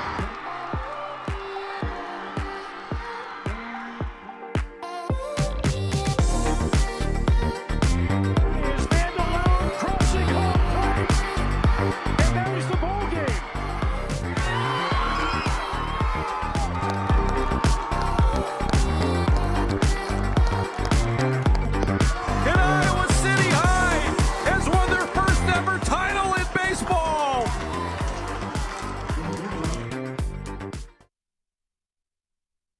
We're not just lighting a stadium, we're creating lasting memories.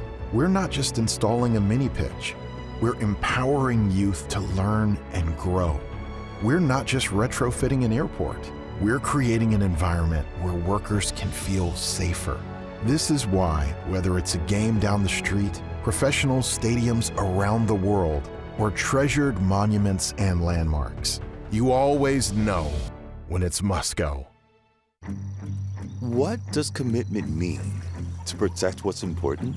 To invest in the future? It means providing peace of mind. It's what reliable people do. It's what local banks do. Banking in Iowa goes beyond transactions. Banks work to help people and small businesses succeed. And Iowa banks are proud to be trusted partners in building confident banking relationships. Iowa Banks, your partner through it all. Need money for college? Our scholarship registration is quick and easy. ISL Education Lending Scholarship is open to both students and parents. Visit iowastudentloan.org/award for details. Multiple awards are available, and you'll learn valuable financial literacy tips as part of the process. Register online today for your chance to win $1,000. There's a kind of magic to making memories, to finding time for the little things and the big things, the new things, and the things you'll do over and over again. It's the magic of a job well done and a well-deserved day of rest, of living life to the fullest with the people you'd never want to live without. Fairway, closed on Sunday, open for life. Halftime was brought to you by Northwest Bank, proud to power our local communities with personal and business banking that never stops working for you. Member FDIC.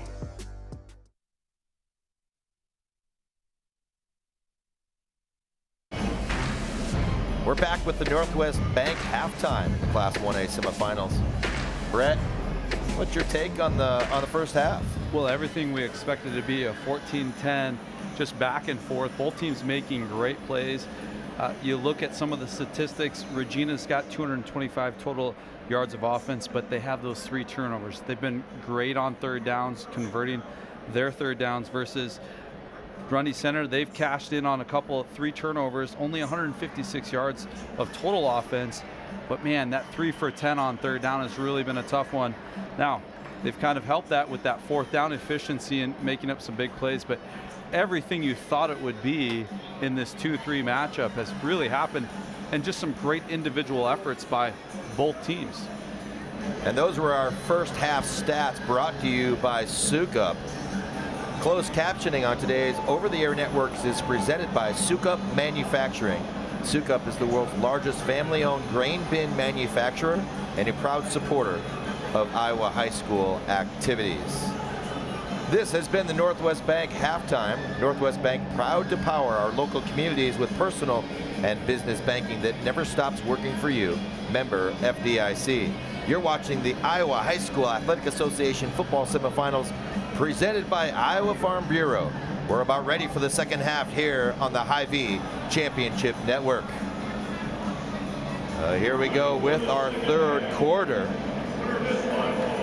Well, and this is always the interesting, what are the halftime adjustments that each team makes? Again, I'm sure both coaches talked about taking care of the ball.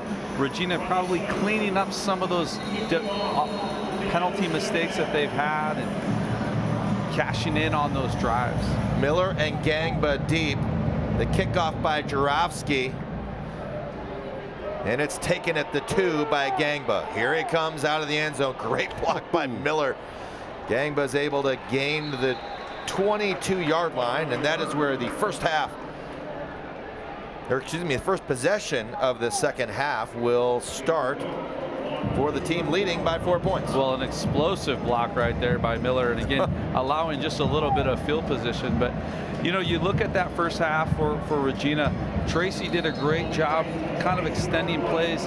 Only 3 for 9 for 100 yards passing, and those 2 interceptions. 1 big touchdown, but you know, he did a lot of damage with his feet right there. And I think they want to get Miller maybe worked into the game plan just a little more. Yeah, Miller held in check largely.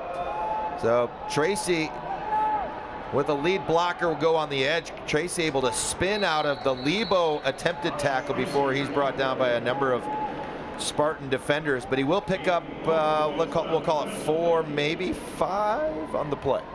Yeah, I think for Grundy, as you talk defensively, really talking to that defensive line of having good gap containment, not allowing Tracy those big runs in pass situations. You talk about Lebo, he's been excellent from his linebacker position, having 8 tackles in that first half. Continue to be in the right spots and make good decisions on defense. Yeah, Tracy, a real problem. This time, it's going to be, it just depends upon where the mark is. It appears to be a half-yard shy of the first down, and it's Tracy yet again. Well, and I would tend to think that's probably the attention Miller takes, right? He's had such a good year. You have to pay attention to that. Tracy's made some really good decisions on those zone reads, pulling them out at the last minute, really reading that defensive end and where the flow is going and find some space. Correction, it was a first down that was awarded to Regina Catholic. He brings Honore in motion. Honore weaving his way through some traffic, but he's going to be stopped after a gain of 4. His forward motion brings him out to the 36-yard line, where it'll be 2nd and 6 you see that Regina. Jet sweep right there. Good job of changing the line of scrimmage, but you notice Grundy on that. Great flow to the ball.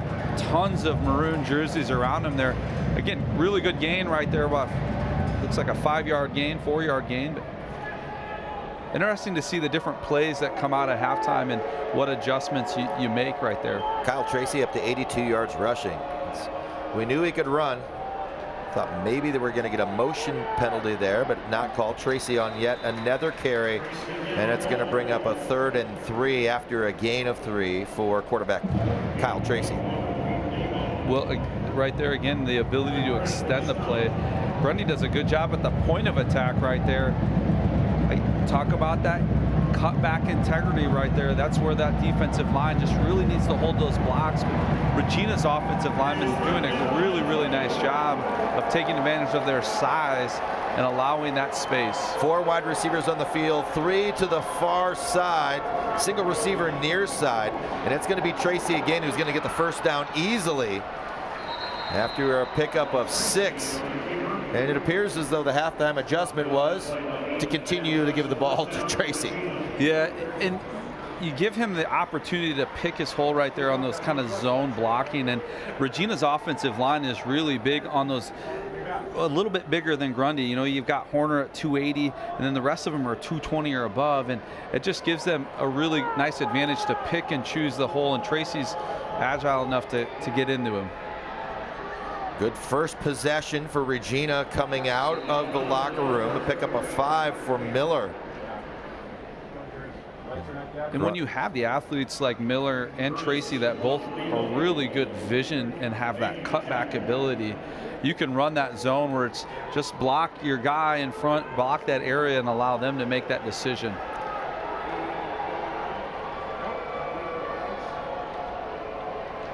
Two tight ends, 2 wide receivers. This is Miller just finding his way through, and didn't look like much, but that was a gain of 6, and Regina very much wants to take control of the line of scrimmage. Well, and they have certainly in this 3rd quarter. Again, a really patient run there by Miller, and one thing you don't think about running backs is you always think, well, they're fast and they're strong. Patience and vision is such a key to a good running back. Regina not huddling up, they throw it out, and this is going to be taken by for a short game. That's Carter Slager with his first catch. They're going to say no gain after he was hauled in quickly. Well, really well defended on both fronts by Grundy center. Cash Combs on the defensive end, just staying in front of Tracy, getting in that throwing window, and then Eli Wegman coming up from his corner position right there. Excellent open field tackle. What kind of game has Wegman had so far? One of those guys that is showcasing his talents here in the Unidome. This is going to be Tracy again. Tracy, again, so patient and so powerful, able to pick up 4 yards on the second down carry. We'll bring up 3rd down and 6. And we talked about 3rd down conversions. And Regina was very good on 3rd down. Yeah, they've been excellent right there. And it's so tough right there. Aiden Hook is in great position right there. Tracy just with the little jump cut right there, really quick up the hole. You feel like you're in good position, and there they go up the field. Regina 2 of 2 on 3rd down in that first half. Tracy on the out route to Grieve, and beautifully executed. Simple route, great throw. Picks up 6 and a first down. Well, Regina remains perfect. That early touchdown right there set that play up right there. You have to respect Grieve's speed on the go routes right there. Sets him up really nicely, drives him to the sticks, and then just a nice cutback, understanding where you need to catch that ball for the first down, getting it through. Sometimes a lot of young receivers run those shallow routes and don't pick up the first down. Miller on the carry, and he's corralled quickly, but again, what looks like it potentially could be no gain, but that pile has been moved back 3 yards. He picks up those 3, and now 2nd and 7. Regina has decided to go no huddle. So everything, they're just operating off the bands, trying to maybe quicken the pace a little bit. I think one thing you'll notice is they'll get up quick, they'll look at the defense, and maybe have the adjustment on the band mid-play. This is Tracy. Tracy looking upfield, and he's able to find Wallace. Looked like Tracy was going to carry the ball, but that was one of those read option plays where Tracy had several options. Could have given it to Miller, kept it himself, or he throws it upfield. Good job by the offensive line of staying where they were supposed to be, so there's no illegal man downfield. It's another first down. Well, Wallace does a nice job of selling a block. Look at that play action pass right there. And again, with Tracy's ability to run the ball, that sets that play up beautiful. Miller in the interior. Miller trying to move the defense, able to pick up a couple on first down. A methodical drive for Regina to start this half. Much like what Grundy did to start the first quarter, that's what Regina's done. They've run 6 minutes plus off the clock so far without Jarofsky touching the football. Again, sometimes that's what your best defense is, keeping the other man's offense off the field, and they've done an excellent job kind of taking a page out of Grundy's book, the methodical drive. And Tracy's going to carry it again. Tracy pops it outside, but he's stopped for a very short game. And maybe a short loss is the way they're going to mark it. And it's going to bring up a big 3rd down, 3rd and 8 for the Regals. Well, tremendous play by Hook there on the defensive end, outside linebacker. Sets the edge and then gets into Tracy's hips right there. Doesn't allow him to break through the line of scrimmage. Again, another 3rd down. What does Regina dial up right here? Grundy wants to get off the field desperately on this long drive. Regina has 2 receivers near side. Little fake. Tracy looking the other direction, and he just overthrows Grieve. Tracy had Grieve open. Grieve had started his crossing route. Tracy pulled up. Grieve reversed action. And Grieve would have had his 2nd touchdown, but Tracy just a little high off the throw. Well, the pressure really makes that throw right there. That defensive tackle for Grundy, I think it was Lewis Sager right there, getting in the face. Oh, causes you over. That's a tough throw going to the right side all the way back to the left, and you just put a little too much air underneath it or not enough, and maybe not enough right there, and Grieve just couldn't come up with it. Hegelheimer for the 31-yard field goal. It looks like it is up, and it is good. And Regina, in its 3rd quarter possession, runs 7.5 minutes off the clock. Gets 3 points out of it. And again, we talk about the similarity between Grundy and its 1st quarter possession. They both net 3 points. So Grundy, in the end, happy to give up just the field goal as they trail by the touchdown 17-10. Yeah, one thing you notice about Regina, they went to those little intermediate short grinded out routes right there, and really a time possession right there of limiting Grundy's opportunity to get the ball, but really like that drive. And a lot of it had to do with giving Tracy those options of, do I run, do I pass? A lot of those play action, you don't see it that often in those spread style of offenses, the play action passes, but Regina does a really nice job there. Grundy in uncharted territory. They only give up 5.5 points a game. They did have 4 shutouts on the season. They've given up 17 to Regina Catholic. The kickoff is deep, and it'll be taken off the bounce. Looking up that far sideline again is Davey, and he's able to bring it out to the 27th, which is where Grundy will have its first possession of this second half, trailing by 7. So if we're right on cue, Grundy will have a long touchdown here in a short period of time. Yeah. Maybe flipping the script of the first half, but good adjustments by Regina coming out of half. And time of possession is just absolutely huge for, well, it was for Grundy coming out of half, and then all of a sudden Regina says, I'll take a little bit back. And that's after a 7.5-minute drive. Regina not quite able to even it up. This is Jarofsky. He's on the edge. Jarofsky's hauled in. You know, it looked like maybe he was going to have some room, but Tate Wallace beat his block and stopped Jarofsky from potentially breaking the tackle and getting upfield. There's well, and Wallace. Whistler as well, right? Yeah, Wallace and Whistler kind of doing really good team tackling on that right there. Wallace was in the hole early. Jarofsky tries to beat him there, and then Whistler beats his block as well, and they kind of gang up on him. Hinders goes with Davey, the far direction. Now Wegman joins him in the slot. Jarofsky back to pass, and a quick one as Wegman just settles down in the hole. Runs a stop route at 9 yards, a pickup of, well, I'll call it 10, and it's a 3rd and 1 for the Spartans. Well, just a good job of recognizing that zone defense right there. You tell your receivers, find the safety, stop in front of him right there. Now it gives them a manageable 3rd and short. We'll see what Grundy goes with right here. Haven't seen a ton up the middle right here, but looks like we're going under center here for the first time. Yeah, that's, let's see, just the sneak. Jarofsky looks like he has enough. Now you cannot help the quarterback or the runner in high school football, so guys have to be careful of that.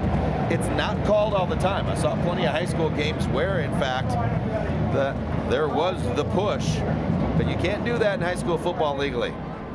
Yeah, it's an interesting, you see it so much now in the NFL and college football, and it's hard for kids not to emulate what they see on TV, correct? And a good job right there, and Jarofsky just getting his feet moving a little bit, pushing up through there. Big first down for Grundy. A short motion, wing changes sides. Jarofsky looking to get the ball out quickly. He does. And it's a catch made by Davey as he's whacked by Grieve. If there's ever a spectacular tackle made where nobody hits the ground, watch this by Grieve. Boom. Both guys right there coming up with like, hey, I'll take some, give me more. But good job. I really like that kind of soft little rollout right there, giving Jarofsky a little bit of options. Do I run? Do I take what the defense gives him? Good job of picking up 7 yards and really opening up the playbook here. 2nd and 3. We love that gain of 7. Jarofsky's going to test the middle of the defense. He's going to be a yard shy of the first down. And Regina Catholic's interior defense just continues to be difficult to run against. He got what appears to be an outstanding spot. Well, I thought when he leaned forward over it, maybe the spot earlier was a little shallow. It's really hard to tell. And now they're in the middle of the field where that UNI logo, it's tough to kind of see the yard markers. But good block by Lebo. And he kind of, Will Litton took that block on and kind of made it tough. But both guys just kept moving forward. And Coach Zajac is not happy about. He wants the play clock extended. He's out on the field. Is it maybe because they didn't signal first down right away? That 40-second clock went early, right as soon as you set it down. Well, and so that's too bad because Grundy's forced to use a timeout. And I understand why Coach Zajac may not necessarily be happy there, because your 3rd and 1 call is substantially different than your 1st and 10 call. So that does force you to have to. And on the board, it actually still says, or it does say 1st and 10, but it did have a 3rd down up there momentarily. So anyway, it's going to have to get over that, and it does give Jarofsky a little bit of a break. So I think that is the big discussion, right? Is if you signal it late, the clock operators are set as soon as the ball goes down to reset it to that 40 seconds. Yeah. Again, you've got to make decisions based on where the ball's at. Yeah, unfortunate situation because you get in the second half, you don't want to use those timeouts like you might in the first half. Well, Davey in motion. He joins Wegman on the far side of the field. They're faking the give, and they're looking for Wegman, and Wegman's able to stay in bounds. He reaches out. I believe he had the first down already. No, he didn't. Nope. He's going to be just shy. Short.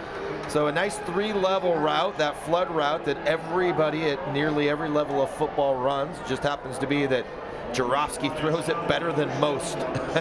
had he delivered it a little bit earlier. Well, I think that's what really, the hard part was the linebacker was kind of in the way, and I don't think he was in danger of intercepting the pass. I think he just couldn't see Wegman out of his break right there. Wegman's not the tallest receiver, and you have those linebackers dropping. It was difficult to see it there. I coached quarterbacks for 30 years at Cedar Falls. I was said, I can't see what you see. Oh, Lebo handed a big loss. And coming up on that was Will Litton. Just beats his block right there on that outside. And boy, looks like maybe the right tackle just got off his block just a little early right there to defend on that interior right there. You can't forget where number 45's at. He has had an excellent game, very good at defensive end. You know, that is one of those situations where it is personnel dependent, because a lot of guys aren't going to close that quickly. So you're able to run that. Don't let the defensive end cross your face. Still able to run the play. He's just not normally going to get there. But Litton's good enough to do that. Jarofsky. He's going to be. No, he's not. Jarofsky's able to escape. Jarofsky throws it down. Throws it to Hinders, but Hinders cannot haul it in.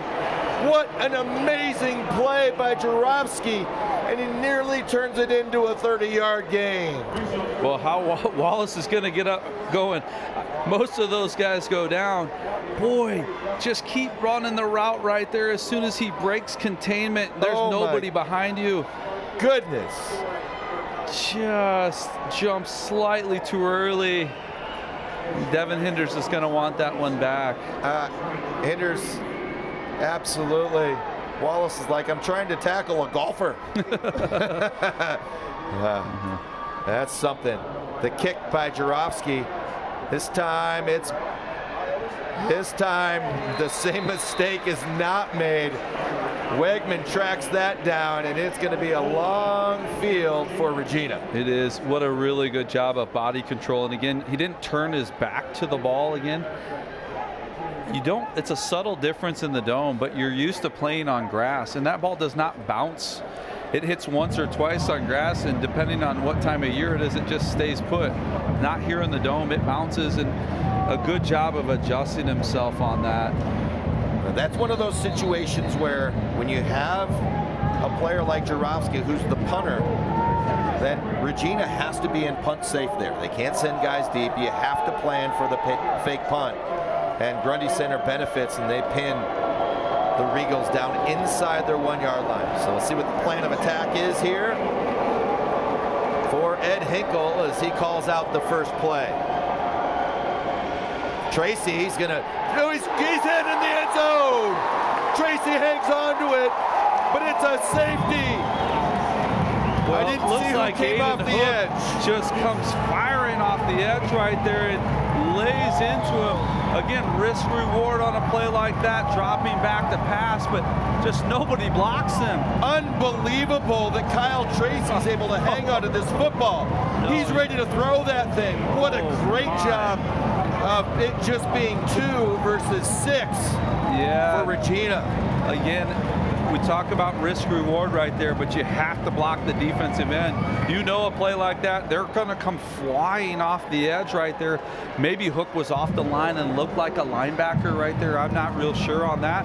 But boy, again, you talk about that. What a individual effort by Tracy getting smashed. And those are those ones as a quarterback, and you played quarterback.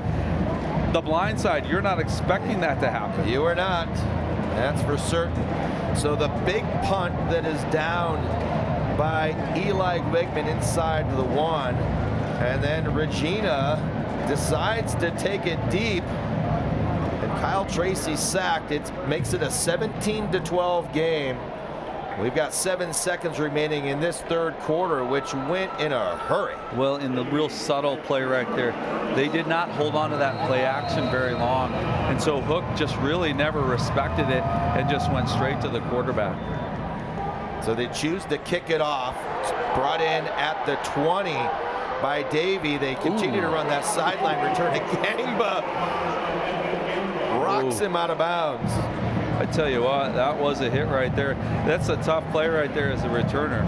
As sole title sponsor of the Iowa High School Athletic Association, Iowa Farm Bureau provides millions of dollars in awards, recognition programs, grants, and scholarships, helping to support student achievement on the field and in the classrooms.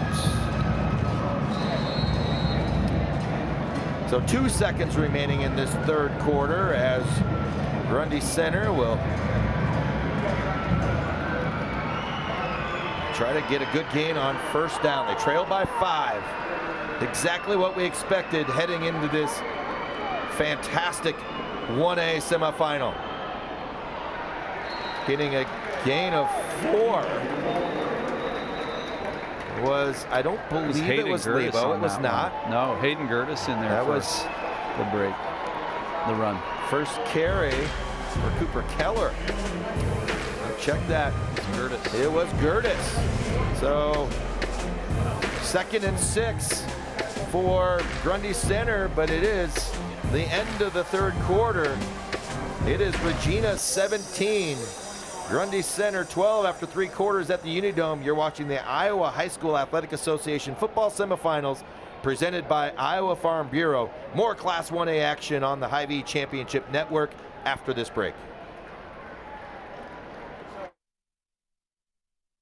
Nothing matters more than our community and our patients. So when flu season's here, I love that I get to help protect them. When you get your flu shot at Hy-Vee, you can earn a 20-cent fuel saver. Scheduling your flu shot appointment is quick and convenient. Because you can just walk up when you're shopping or schedule an appointment, whichever works for you. Allowing you to pick a time that's best for you and your family. Keeping families and communities healthy feels good. Visit your Hy-Vee pharmacy, get your flu shot, and earn a 20-cent fuel saver today. I don't get it. Why is there uneven crop emergence out here? Great question, Jill. From what I've seen, soil compaction from your sprayers and grain carts is the likely culprit. This can hinder root penetration and emergence along field edges. What would I do without you, Tom? Hey, that's what I'm here for. Let's catch up later. I'm needed over in Monroe County. From personalized insights to year-round support, Channel Seed pros always show up. Channel, all in, all season. Nice guy. What does commitment mean? To protect what's important? To invest in the future? It means providing peace of mind. It's what reliable people do. It's what local banks do. Banking in Iowa goes beyond transactions. Banks work to help people and small businesses succeed. And Iowa banks are proud to be trusted partners in building confident banking relationships. Iowa Banks, your partner through it all.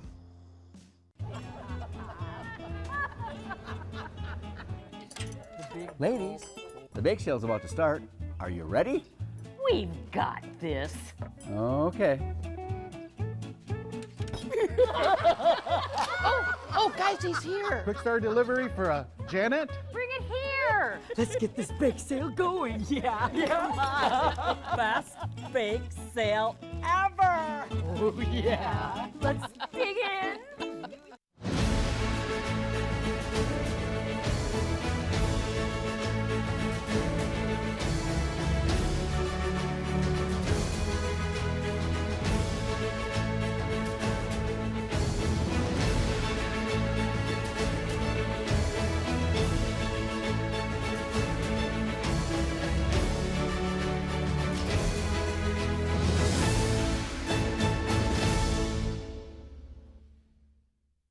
Something exciting is growing on Iowa farms these days. Innovation. From tractors that seed, weed, and harvest with data-driven precision, to drones that scout or plant cover crops to protect soil and water. Even our animals live in smart homes with round-the-clock care. Technology keeps your food safer, water cleaner, and makes us more sustainable. Because what we do here benefits everyone here. Life on the farm makes everyone's life better. IHSAA Semifinal Football is brought to you by the Iowa Farm Bureau, proud title sponsor of the IHSAA, championing youth through sports and education. And by Cookies, epic sauces and bold seasonings. Remember, smart cookies use cookies. And by the Iowa Bankers Association, Iowa Banks, your partner through it all. If Grundy Center is going to claim its 4th consecutive Class 1A title, they're going to have to climb out of this 5-point fourth quarter deficit that they face. It was just 7. The safety has given them the football. It's 2nd and 6 for the Spartans. Jarofsky sends Gertis in motion. Gertis able to find the edge. Gertis able to pick up a big gain. Well, really good explosion right there. Grundy's had a little success on that kind of wide or running back kind of quick screen right there. Kudos to the wide receivers out there, Ethan Meester, Wigman. They're setting the edge right there and allowing the running back to get their feet going in a hurry and up the field. So on the play that was called back, the touchdown play, similar to that one where they beat them deep, you feel like Regina's maybe on its heels on that play a little bit. Toss to Gertis. Gertis trying to find the edge. Gertis has come in and been very productive. Gain of 6, maybe 7 on first down. Yeah. What you like about this, though, also it allows Lebo to kind of get himself ready for a defense. He's had an excellent game right there. Just a change of pace. The tough thing about some of these teams is the depth. In the fourth quarter, a lot of guys going both ways, and nice to have a back like Gertis come in and be able to change the pace a little bit. All right, they're going to give him just 5. Looking at the far side official, he had his feet upfield a couple yards, but they settle back in. Gain of 5 on first down, 2nd and 5 for the Spartans. Jarofsky and give to Gertis. Gertis, very little, if anything, on this carry. It's going to bring up 3rd and 5, potentially 4. But it's going to be a full 5 yards now for Grundy where that ball is marked. Well, Wallace again coming off that defensive end, and he's the backside D end right there. Just beats his block. What an excellent player, and what you like, he's probably more of a linebacker, but they're moving him inside and out just to create advantages for that Regina defense. Another big 3rd down, and Wallace moves to defensive tackle. Devin Hinders lined up as a tight end, maybe a guy to watch here. And Hinders in the flat, and they're going to, same thing that they do. They go to Wegman. Wegman able to bring in that out route that Jarofsky's able to throw so well. And Coach, I always told my teams, if you can throw the out, you can win. Well, and one thing you notice about Jarofsky is his ability to throw while his feet are moving. That's a tough play for young quarterbacks, and just great body control. And again, Wigman runs that route really sharp, and it allows, with your speed to go down deep, that corner's got to respect that, and that's a pretty tough corner. Greaves been following him back and forth, and so excellent route right there. A lot of success on that. He's got Wegman again. He does keep his feet in. It looks like And he's going to pick up 8 on that. So they continue to find Wegman. Well, I'll tell you this, the pressure a little, let's go of it just a little early. Wegman was, ooh, whoa, what a great. That's what you practice when you're 6, 7, 8, 9 years old, don't you? You're exactly right. Sidewalk to the grass. And we're lucky to have the replay there.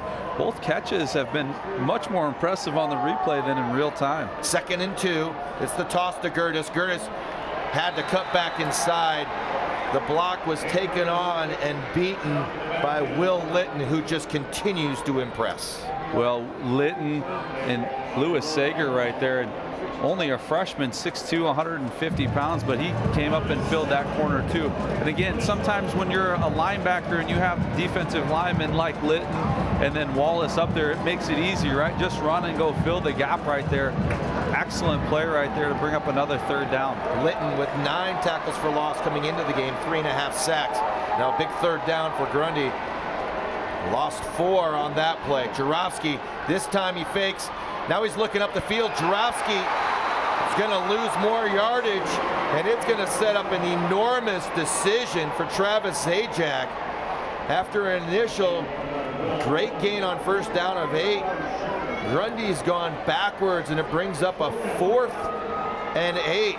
So a loss of 6 yards combined on the last 2 plays.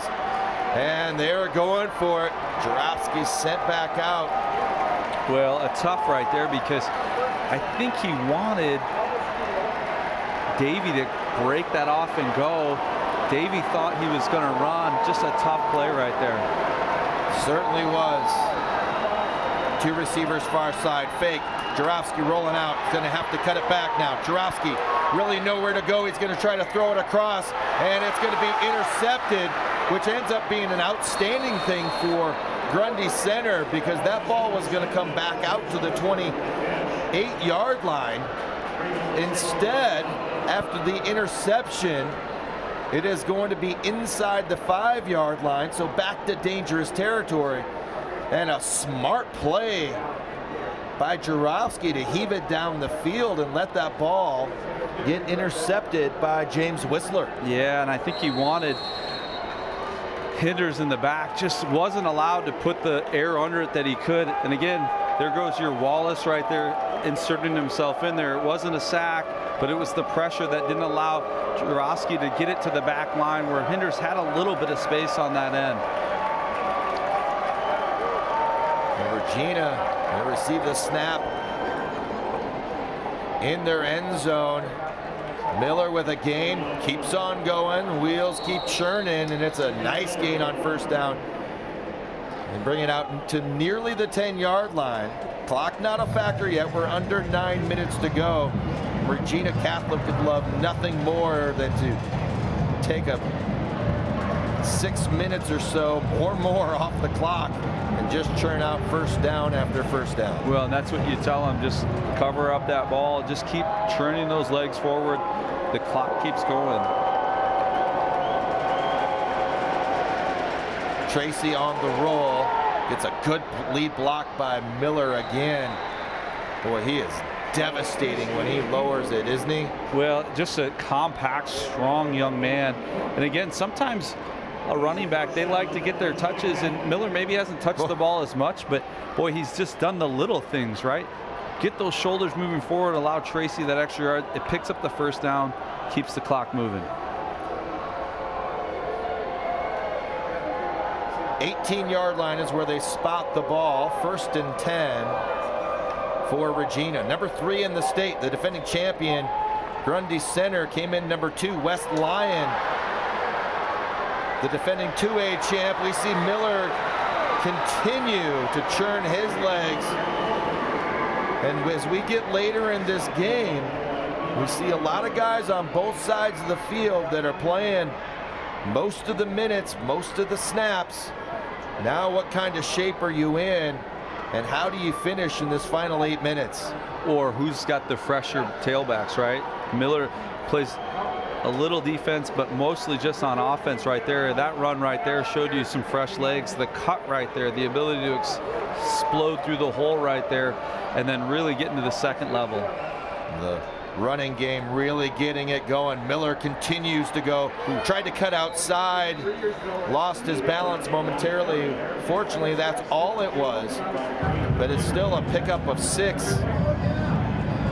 Well, we saw him earlier come off with, looked like maybe a little ankle injury. That's probably the cut right there. That's probably the one that hurts a little bit the most.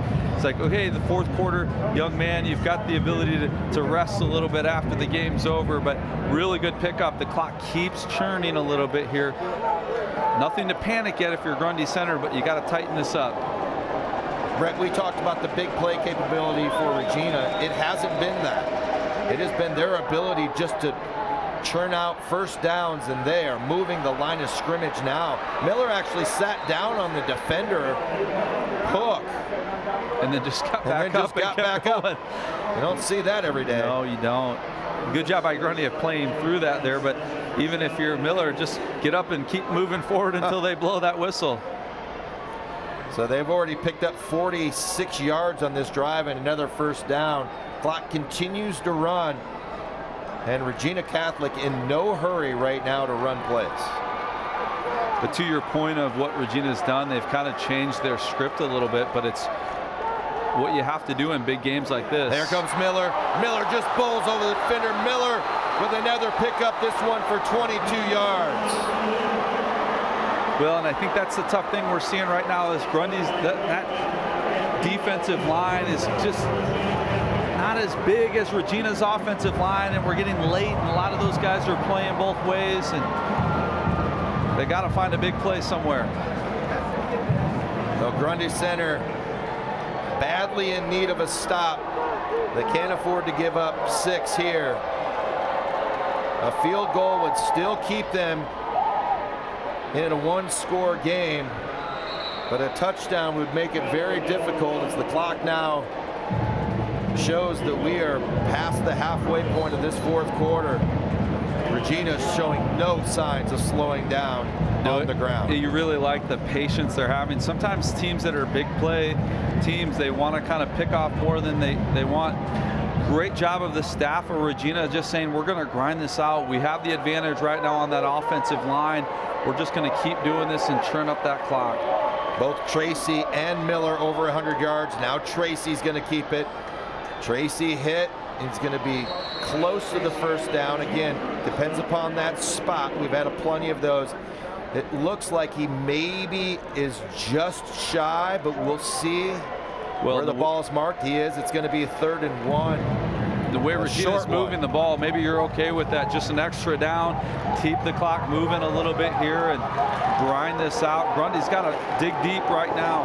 Yeah, Grundy may have to decide they're going to commit a lot more guys that line of scrimmage. Here comes, this is Gangba, I believe, unless the 2 look like a 7. I didn't see Miller leave the field. His jersey just got scrunched up a little bit. I take that back. I'm sorry. It was Miller. Just really impressed with Miller's ability in the hole to just have a subtle cut. Again, what's at stake? Well, it's a trip to the finals. The ancillary story for Grundy Center is their 50-game winning streak on the line.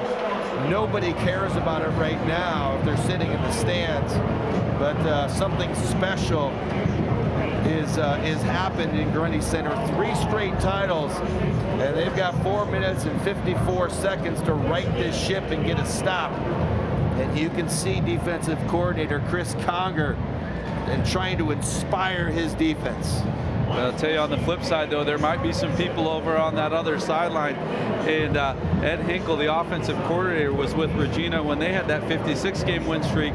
He wants that to stay there on that side, to have that as a pride. And you talk about the community and the pride of both programs. But that's what it's all about right here at this game, in this juncture. And that's why Grundy Center took that time out. Resettle yourself a little bit here. Thanks again to the Iowa Farm Bureau for presenting the Athletics Association's 2025 Football Championship Week. As sole title sponsor of the Iowa High School Athletic Association, Farm Bureau recognizes athletic and academic achievement on the field and in the classroom, helping to nurture Iowa's future leaders. It's 1st and goal to go for Regina. The give to Miller. Miller's able to get rid of the first block. Miller's down to the 1-yard line.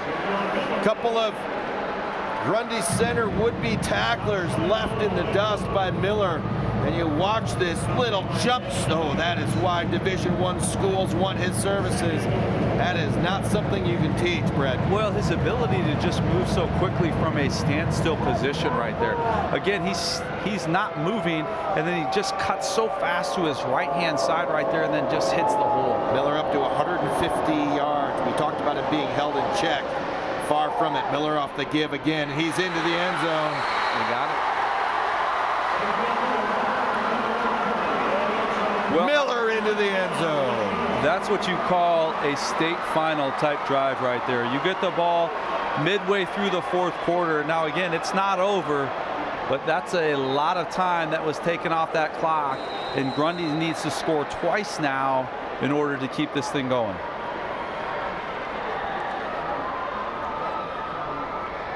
Iowa City Regina trying to advance to the finals and end this streak. Well, what a drive by the Regals. And more importantly for them, it's a 2-score game, an 11-point lead for Regina.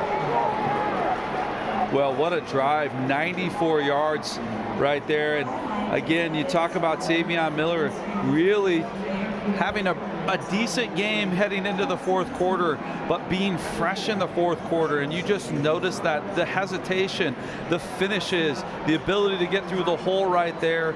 And he wanted the ball, and that's what big players do late in games. They say, give me the rock.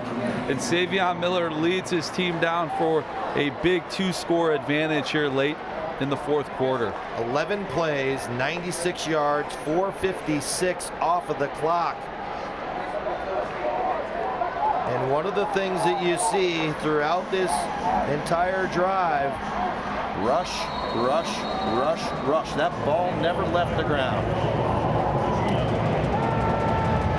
The kickoff deep, and Grundy Center is going to have to be very efficient. It's going to start with a kickoff return, and there's not much there. Another big hit. This one's by Gangba. And Grundy Center is going to start at its 19-yard line. Well, you know, we asked the coaches, or you asked the coaches, who are some of the guys that show up with maybe the stats don't show it. Well, Gangba was one of those guys, and he certainly has been kind of that glue guy right there, doing the little dirty work things, the special teams, and man, again, he showed up really putting Grundy behind, you know, the 20-yard line. Regina Catholic on defense with a 12-point margin. Quick out. This goes to Wegman. So 4 minutes and 5 seconds is a long time in high school football. Ball stops, or clock stops every time the ball goes out of bounds. Clock's on first down as well. The one thing that we have to watch out for, the Spartans down to their final timeout. They had to burn one earlier in kind of an unfortunate situation, and they burned one in this last Regal drive that was for naught. So 3 receivers far side for Jarofsky. And a 2nd and 6. Jarofsky looking, and the ball is tipped. Well, one thing Grundy has to do is plenty of time. You can't get too aggressive or worry about, is this Wallace here? Yeah. Yeah, you watch this. Now you watch Regina on that. It wasn't much of an attempt to get upfield. So not only are they not really rushing, you can see that containing Jarofsky is a big part of what it is they're doing. Let's watch that defensive front, Brett. 3 receivers far side. We got a big 3rd down, 3rd and 4 for Grundy Center. Trying to pin Wallace, they do. Jarofsky's pass a little shy of Wegman. He had a man in his face. He's not able to deliver on the run, and it's 4th down, and it's a critical 4th down for Grundy at this juncture in the ballgame. Yeah, Luke Hamilton does a great job from his linebacker position of just filling there, getting there. Tough throw for Jarofsky there, going to his left, the off shoulder right there. He's really good on the run right there, but that pressure didn't allow him to really deliver the ball where he wanted to. Good route by Wegman there. And You got to have it here if you're Grundy center, that's for sure. Grundy trapped on that right hash. Jarofsky has to roll to his left, which he's capable of. That's not necessarily the preferred, and it's tapped down. It's Wallace again. He does it twice on the same drive. And again, he just tries to get his hands in the lane, not even really trying to rush the passer. No, and they had him stand up right there. And again, you tell those defensive ends, if you can't get to it, get in the throwing lane. Just good job of reading the eyes right there and good hand control right there. And again, he's a young man that has some Division I offers. You show right there, not just by the tackling, but the football IQ, getting in the lane right there. And well, what a great play by Wallace. Well, interestingly enough, Wallace, who plays defensive end, was a second-team All-State wide receiver last year. Well, we saw that earlier in the game on a couple of routes he ran. Yeah, we sure did.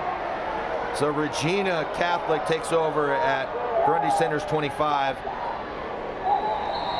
Certainly the game not over, but Grundy Center can only stop the clock once. We're inside of 4 minutes, and the Spartans trail by 2 scores. It is an uphill battle, to say the least, right now for the 3-time defending state champions. Yeah, I think it's something where a turnover really quick here.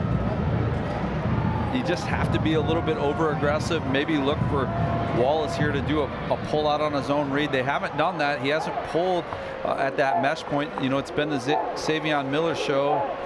See if they maybe pull something out here. Kyle Tracy running clock, as you would expect, and it looks like a penalty. That will stop the clock. Right guard went just a tad early on that one. We'll start on the offense. 5-yard penalty remains, second down. Yeah, we talked about the pre-snap penalties for Regina in the first half. That's the first, I believe, in this second half. Talked about cleaning those up. They did. Well, it's easy to talk about cleaning them up. Actually doing it is another story. And they've been able to do that. Well, I think Regina just offensively, the adjustments they made came out of just going, hey, we've got an advantage running the ball. They've gone to 2 tight ends, and they just have kind of created that advantage. Miller on the carry again. Miller with a lot of room. Miller runs over the tackler. Miller gets a first down. Regina can smell it. Their crowd can smell it. Well, you don't see this a lot from shotgun teams, but they bring in that extra tight end, so they've got kind of that 2 tight look right there with their wide receivers. You know, you go from a spread to a really compact, and that's just the adjustability that this team has, and they've really slowed the pace down and taken that time of possession. Well, remember when Savion Miller was, you know, being held in check by and large? Yeah, that has changed significantly. Miller has simply taken over this game. 21 carries, 167 yards, and that touchdown. And he and Miller both have rushed for 100 yards. Miller 17 carries, 107 yards. And it's not like they've ripped off a lot of big runs. Long run for Miller, but that 23-yarder in the last drive. Tracy 14 yards, so it has been over and over as they have pounded that football behind that big offensive line. As you can see, Miller just has some cramps. Well, and I think Coach Ellsbury talked about this a little bit early of being patient. They're not used to grinding out. They have in the games prior to this and lead up to the playoffs, big play after big play. And sometimes you just have to learn, hey, we can do that as a team. We just have to trust the process, and that's really what they've done. And he talks a lot about that, that's a goal of the team, is trusting the process, 1 foot in front of the other, and they've really done a good job in this second half. Tracy, he's going to carry it this time, and Tracy's going to be more careful with the football, more worried about that than getting yardage. And now we do have another player who is cramping up, and it is that time of the game. You can see, well, certainly in the dome, right? The last couple weeks have been really pleasant and cool on Friday evenings, and then you get into here where it's 70 degrees.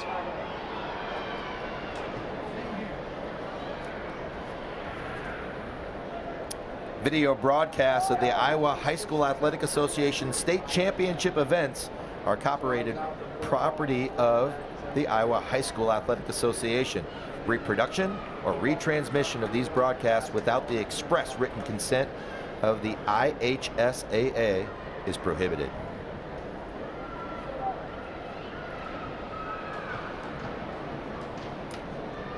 Well, as they tend to the Spartan, one of the things that we want to talk about is what the South Hardin fans, I think, have been here since the get-go of the game, but or maybe up in that right corner of the student section's waiting for them to move in, and they're excited about their opportunity here coming up against the West Lyon team.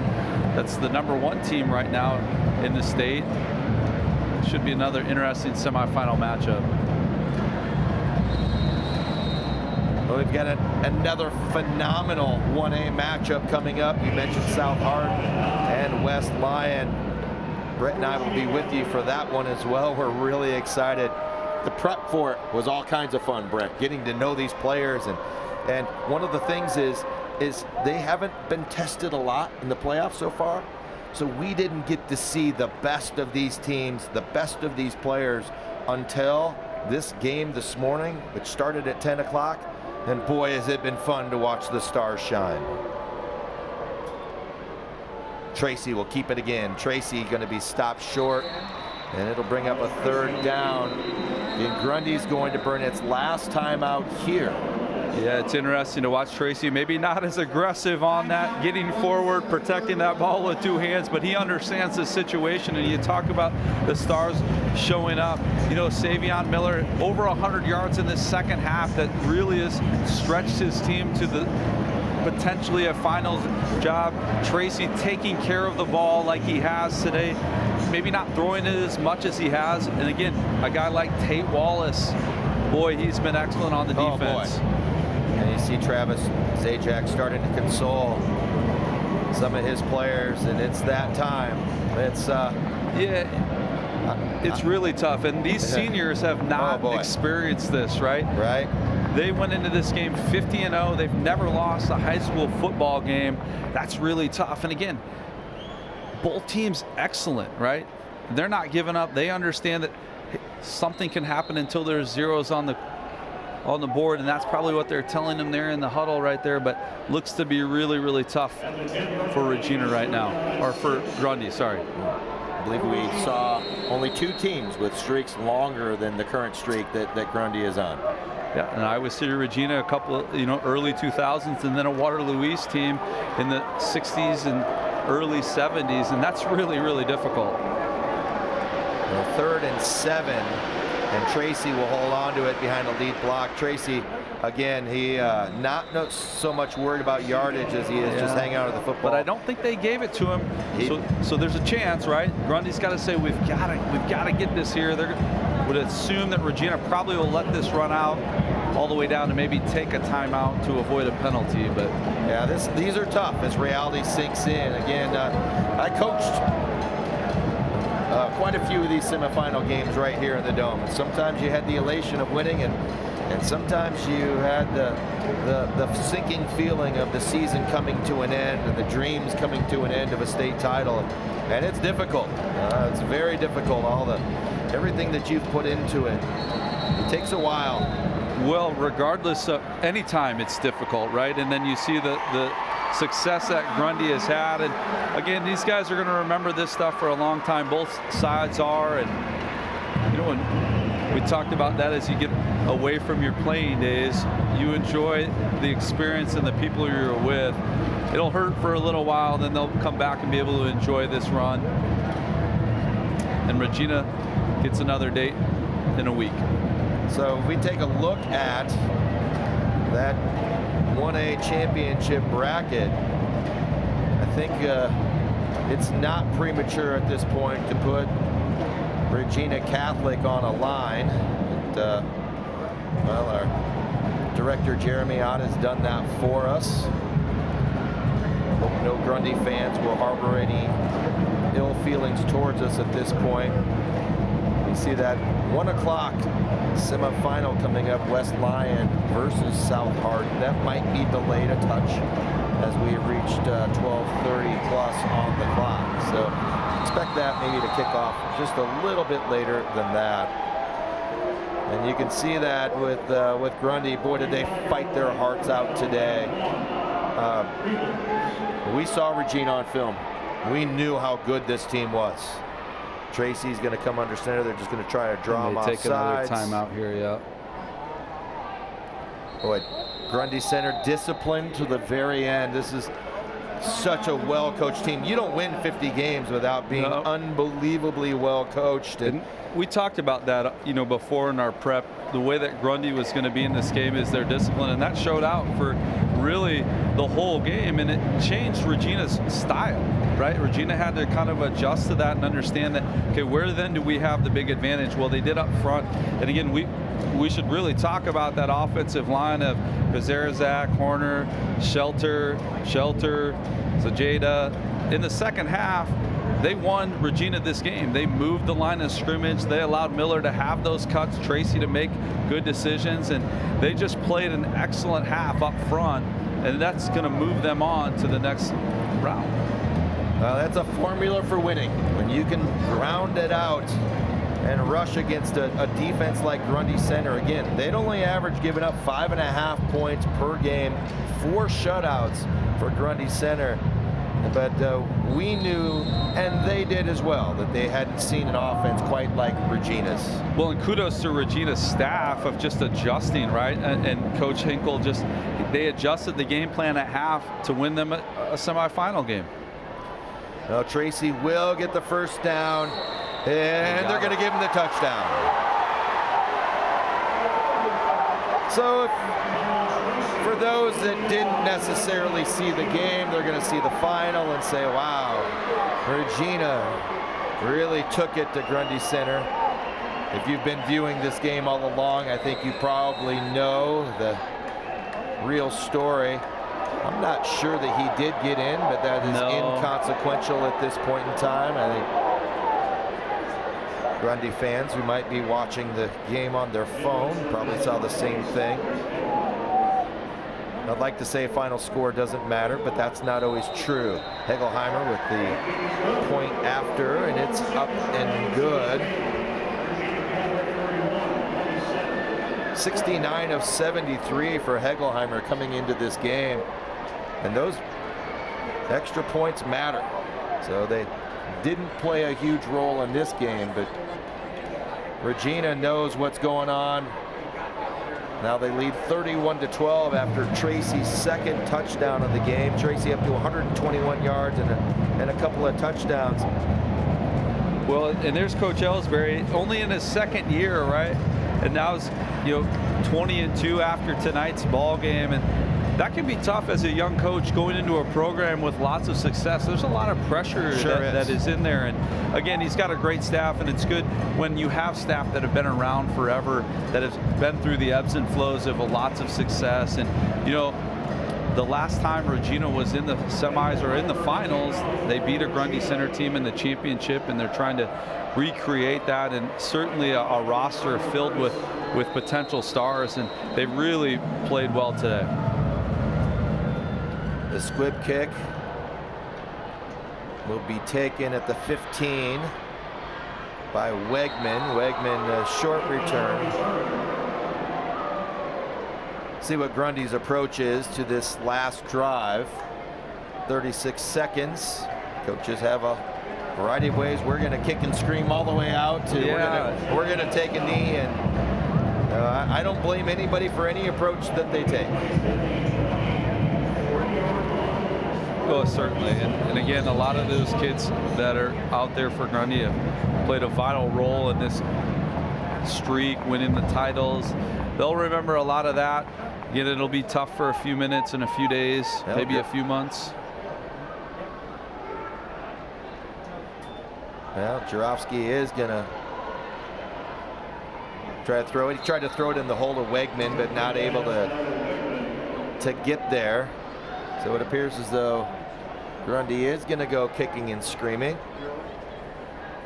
If you're trying to create the never give up mentality, then this is all part of it. Well, and again, you talk about the community, the tradition, and that's one thing you watch Grundy. That's certainly something that they've done the whole entire way. So why would you change script?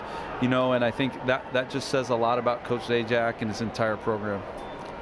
Drowski will throw this one. This is the little lateral, well done, as it goes out to Lebo. It's going to be forced out of bounds at the 50-yard line. So some trickery. Yeah, why Picks not? up 27 yards. Why not? Hinders on the initial catch right there, and nice little toss right there. And you know, that's one thing Regina did, is they kind of held Lebo in check a little bit offensively, and they did, and it didn't allow Grundy to kind of maybe get to that grind out style. And kudos to the defense right there. They did an excellent job today defending the run. Lebo 7 carries, just 3 yards in the game. Well, it really made Grundy kind of one-dimensional. Yeah, Jarofsky did carry for 53 yards, but on 15 carries. So Jarofsky gonna carry it again here. He's gonna pick up 12, so that'll pad the stats. Again, Jarofsky headed to Stanford to play golf. He's a state golf champion. Well, if I'm Stanford Golf, I get in the flag football league and say, Judd, you're gonna lead us. Yeah, you'd also like him just to avoid potential injury in the next 14 seconds. Yeah. So Jarofsky. But I would assume that's just not in his DNA, and that's the way he plays football. I'm sure he'll be out for basketball, and he's a very, very good baseball player as well, as soon as all these Grundy players are multi-sport type athletes. Now Jarofsky, in his final game, throws for 196 yards and a touchdown. He was intercepted a couple of times. Runs for 65 yards, has an interception. All of his athleticism on display. He got out of numerous situations where he had no prayer as he chucks this one down the field, and Grieve is going to end up with his second interception. And well, again, kudos to the Regina defense.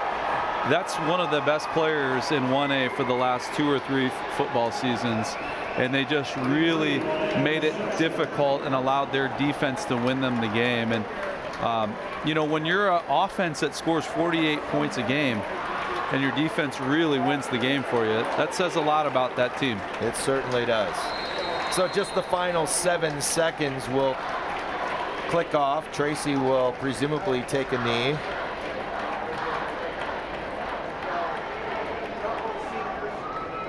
And we'll have our first 1A semifinal in the books.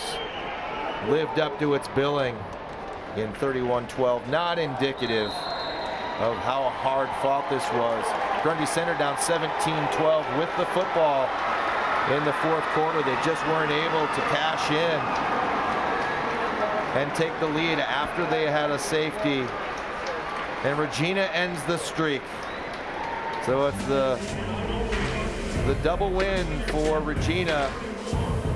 They keep somebody from getting to their streak, and they get a chance to go, more importantly, to the state finals. That will do it in our first Class 1A semifinal. Your winner, Regina Catholic, is here on the Hy-Vee Championship Network, virtue of their 31-12 win. Stick around, we'll have awards in our Quick Start of the game when we come back from our final break.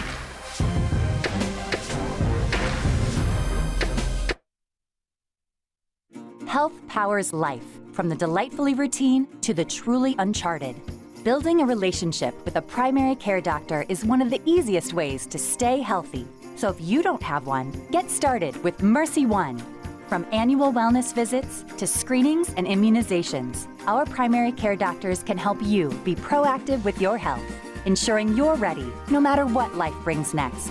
Find care at mercyone.org/healthpowerslife. There's a kind of magic to making memories, to finding time for the little things and the big things, the new things, and the things you'll do over and over again. It's the magic of a job well done and a well-deserved day of rest, of living life to the fullest with the people you'd never want to live without. Fairway, closed on Sunday, open for life.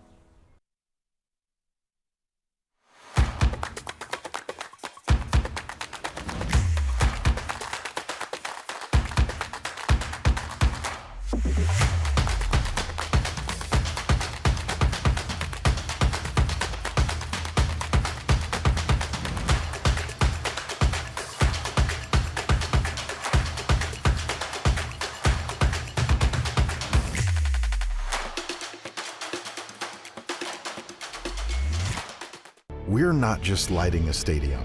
We're creating lasting memories. We're not just installing a mini pitch. We're empowering youth to learn and grow. We're not just retrofitting an airport. We're creating an environment where workers can feel safer. This is why, whether it's a game down the street, professional stadiums around the world, or treasured monuments and landmarks, you always know when it's must go. Something exciting is growing on Iowa farms these days. Innovation. From tractors that seed, weed, and harvest with data-driven precision, to drones that scout or plant cover crops to protect soil and water. Even our animals live in smart homes with round-the-clock care. Technology keeps your food safer, water cleaner, and makes us more sustainable. Because what we do here benefits everyone here. Life on the farm makes everyone's life better. Nothing matters more than our community and our patients. So when flu season's here, I love that I get to help protect them. When you get your flu shot at Hy-Vee, you can earn a 20-cent fuel saver. Scheduling your flu shot appointment is quick and convenient. Because you can just walk up when you're shopping or schedule an appointment, whichever works for you. Allowing you to pick a time that's best for you and your family. Keeping families and communities healthy feels good. Visit your Hy-Vee pharmacy, get your flu shot, and earn a 20-cent fuel saver today. IHSAA Semifinal Football on the Hy-Vee Championship Network is brought to you by Hy-Vee, a proud partner of IHSAA. Hy-Vee, where there is a helpful smile in every aisle. And by Sukup Manufacturing Company, the world's largest family-owned and operated manufacturer of grain storage, drying, and handling equipment. And by the Iowa Farm Bureau. From rural roots to statewide pride, Iowa Farm Bureau proudly supports student-athletes across Iowa. Regina Catholic's a 31-12 winner over Grundy Center. And they advance to the Class 1A state championship next weekend, where they'll face the winner of our next semifinal. An outstanding season comes to a close for Grundy Center, finishing at 11-1 and putting the close on a 50-game winning streak. It's now time to talk about our star of the game. And highlighting the top performer from this Class 1A semifinal, your quick star of the game is number 2, Savion Miller. Well, Savion was so good in the second half, rushing for over 100 yards, and then the critical drive, right? The one that sealed the deal for Regina. He had 9 carries for 82 yards, and he finished it with a touchdown. But even more than that, on some of those Tracy runs, he was the lead blocker. He was doing all the little things that get your team to the state championship, and Savion Miller was excellent today.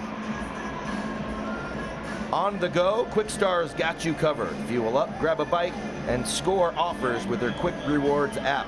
Get everything you need only at Quick Star. Well, the Class 1A championship is halfway set with Iowa City Regina getting into the finals. We'll see who wins this next one, either South Hardin or West Lyon. We appreciate you joining us for this coverage of the Iowa High School Athletic Association's 2025 football semifinals presented by Iowa Farm Bureau. We'll step aside for a bit, but more semifinal action kicks off around 1:15 from the Unidome in Cedar Falls. From Brett Williams and our entire production team here in Cedar Falls, I'm Jeremiah Longnecker. Thanks so much for watching IHSAA football on the Hy-Vee Championship Network.